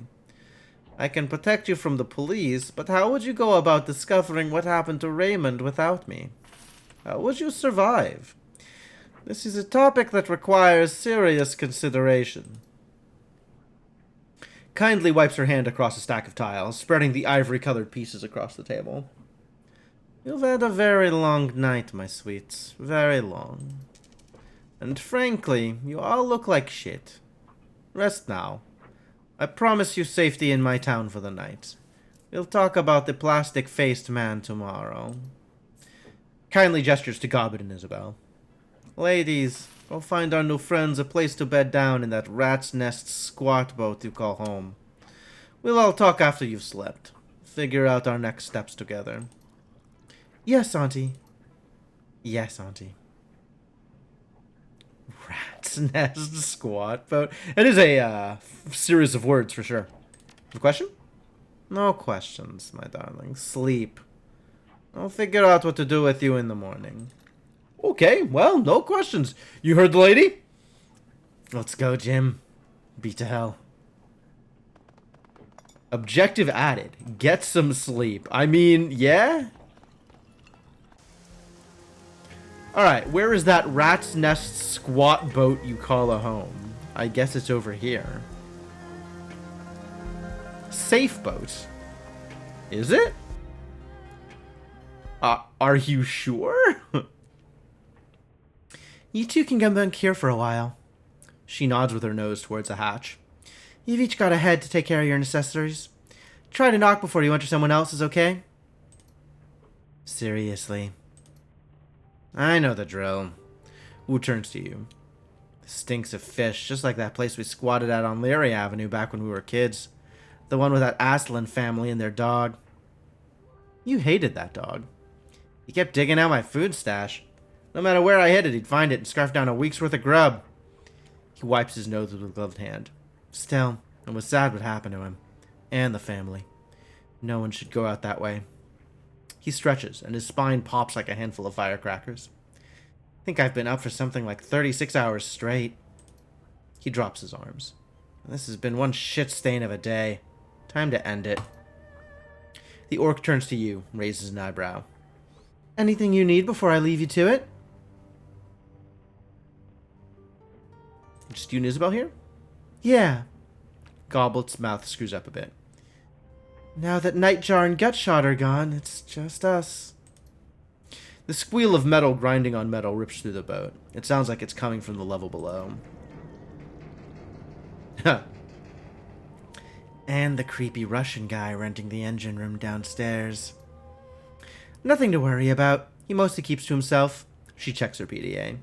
He'll stop soon. He's usually quiet by now. How'd you get your hands on this place? How do people like us get our hands on anything?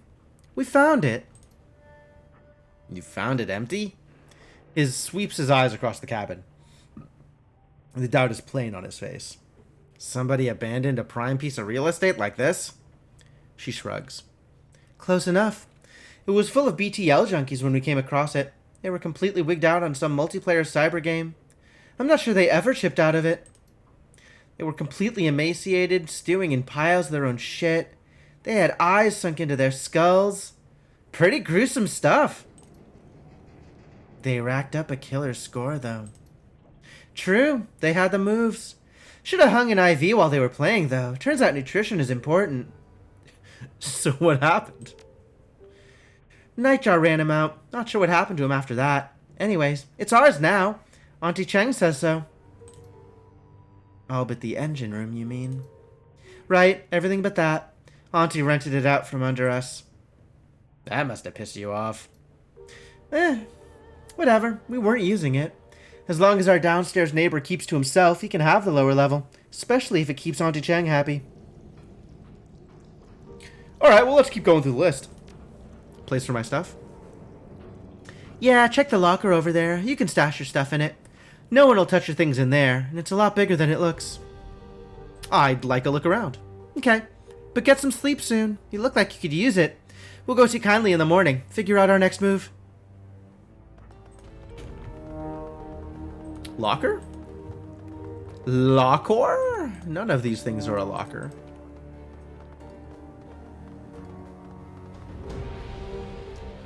This is my bunk, I suppose. Bunk? Stash. Aha, locker. Found it. Nothing in it. That's cool. This is gonna be Duncan's room. Hey, Jim. I got some things I gotta take care of here. Let's talk later. And if I wanted to go upstairs, that's allowed. Huzzah. Let's chat. Man, look at this setup. Wow, this looks legit. Come back later. Okay.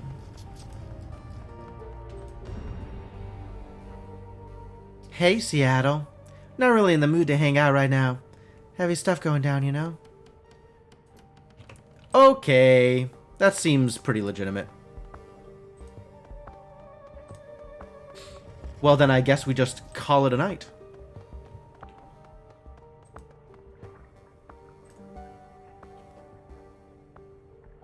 The cot in your cabin is neatly made, with crisp-looking sheets and an insulated plastic blanket. A fine layer of dust coats its surface. It's been a long time since anybody slept here. You climb into the cot and worm your way under the sheets. They've been starched stiff as boards, but you've slept beneath worse. The lice and bed bugs that plagued your old prison cell are mercifully absent here, and the salt air is fresher than the rancid stink of the Redmond Barrens. The moment your head hits the pillow, exhaustion sets in. You can barely keep your eyes open. Sleep washes over you like a warm bath, and everything goes black. Oh, cutscenes.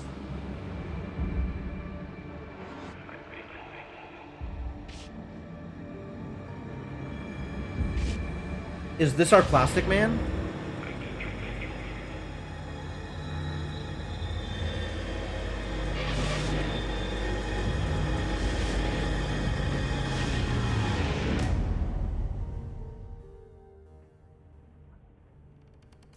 The dream is suffocating. The shifting tunnel of glass and steel, the towering silhouette of dark majesty, the shadowy doorway, and the teeth. Yeah? Thousands of teeth? They snap at your heels as you claw your way back to consciousness. You open your eyes to Duncan looming over you. He shakes your shoulder roughly. Jim! Come on, Jim, wake up! We gotta go talk to Kindly. The others have already left. That was a rough night. He lets go of your shoulder, cocks a thumb at the hatch. We gotta go. I've been trying to wake you for a while now. You were thrashing around in your sleep. I was having one hell of a nightmare, no lies. Reaches up and rubs the back of his head. Oh, they were talking about stretching, and I'm like, oh, I gotta do it too. Ugh. Yeah, I didn't sleep too well either. I had a bad dream last night too. You okay? I'll survive. His fingers hit a knot. He winces. Man, nothing's gone right since we stepped foot in this country. Tell you something, though, and this is after a full night's sleep. I don't believe Ray's dead. What makes you say that? Think about it. That statement from the cops on the newscast could be fake. Ours was. And that surveillance footage? We never saw Raymond get shot. The camera was hit by stray gunfire. His passion is intense but contained, focused. Raymond's alive, Jim. I know it. You make a good case, Officer Wu. He smiles. His teeth are white and straight and perfect. Should have been a detective instead of a headbuster, right? His smile fades. God, I feel like I'm 12 years old again. Squatting on a stinking trawler. My partner's gone. Raymond's gone. Hell, I'm gone. I don't even have a name anymore. No, I can't even go to sleep and hide from it all without having a nightmare. His jaw tightens and his teeth grind so loud you can hear it. What else is going to be taken away from me?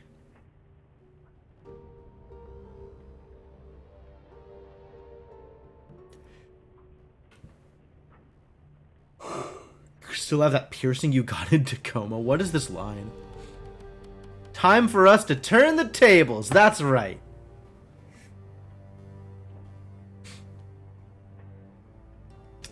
Wu's head cocks like he's got the scent of something. I've heard that tone before. What are you talking about, Jim? Well? Living in the shadows, dealing with criminals. We're gonna become Shadowrunners, huh? I mean, the old woman is definitely setting us up. That's no question. Yeah, it feels that way to me too. But setting us up for what? What are you thinking? That Kindly Chang wants to be our fixer. He crosses his arms, considering. Shadowrunners. Oh man, I have to think about this. He shakes his head slowly, lets out a groan. This isn't the way it's supposed to be. I'm supposed to be a cop. You get to keep your gun, that's something. Don't mess with me, man. He checks his watch. Gobbin and Isabel left a while ago. We should get going too. See what that triad lady has to say. Yep, sounds about right. Alright, it's a bit past 11, which is earlier than my usual stop time, but I am not feeling particularly energetic right now. And going for another hour just sounds like not a thing I want to do. So I'm going to call it a little bit early tonight. But we're going to come back to this. We're going to come back to this on Sunday. And that should be pretty good. That should be pretty good.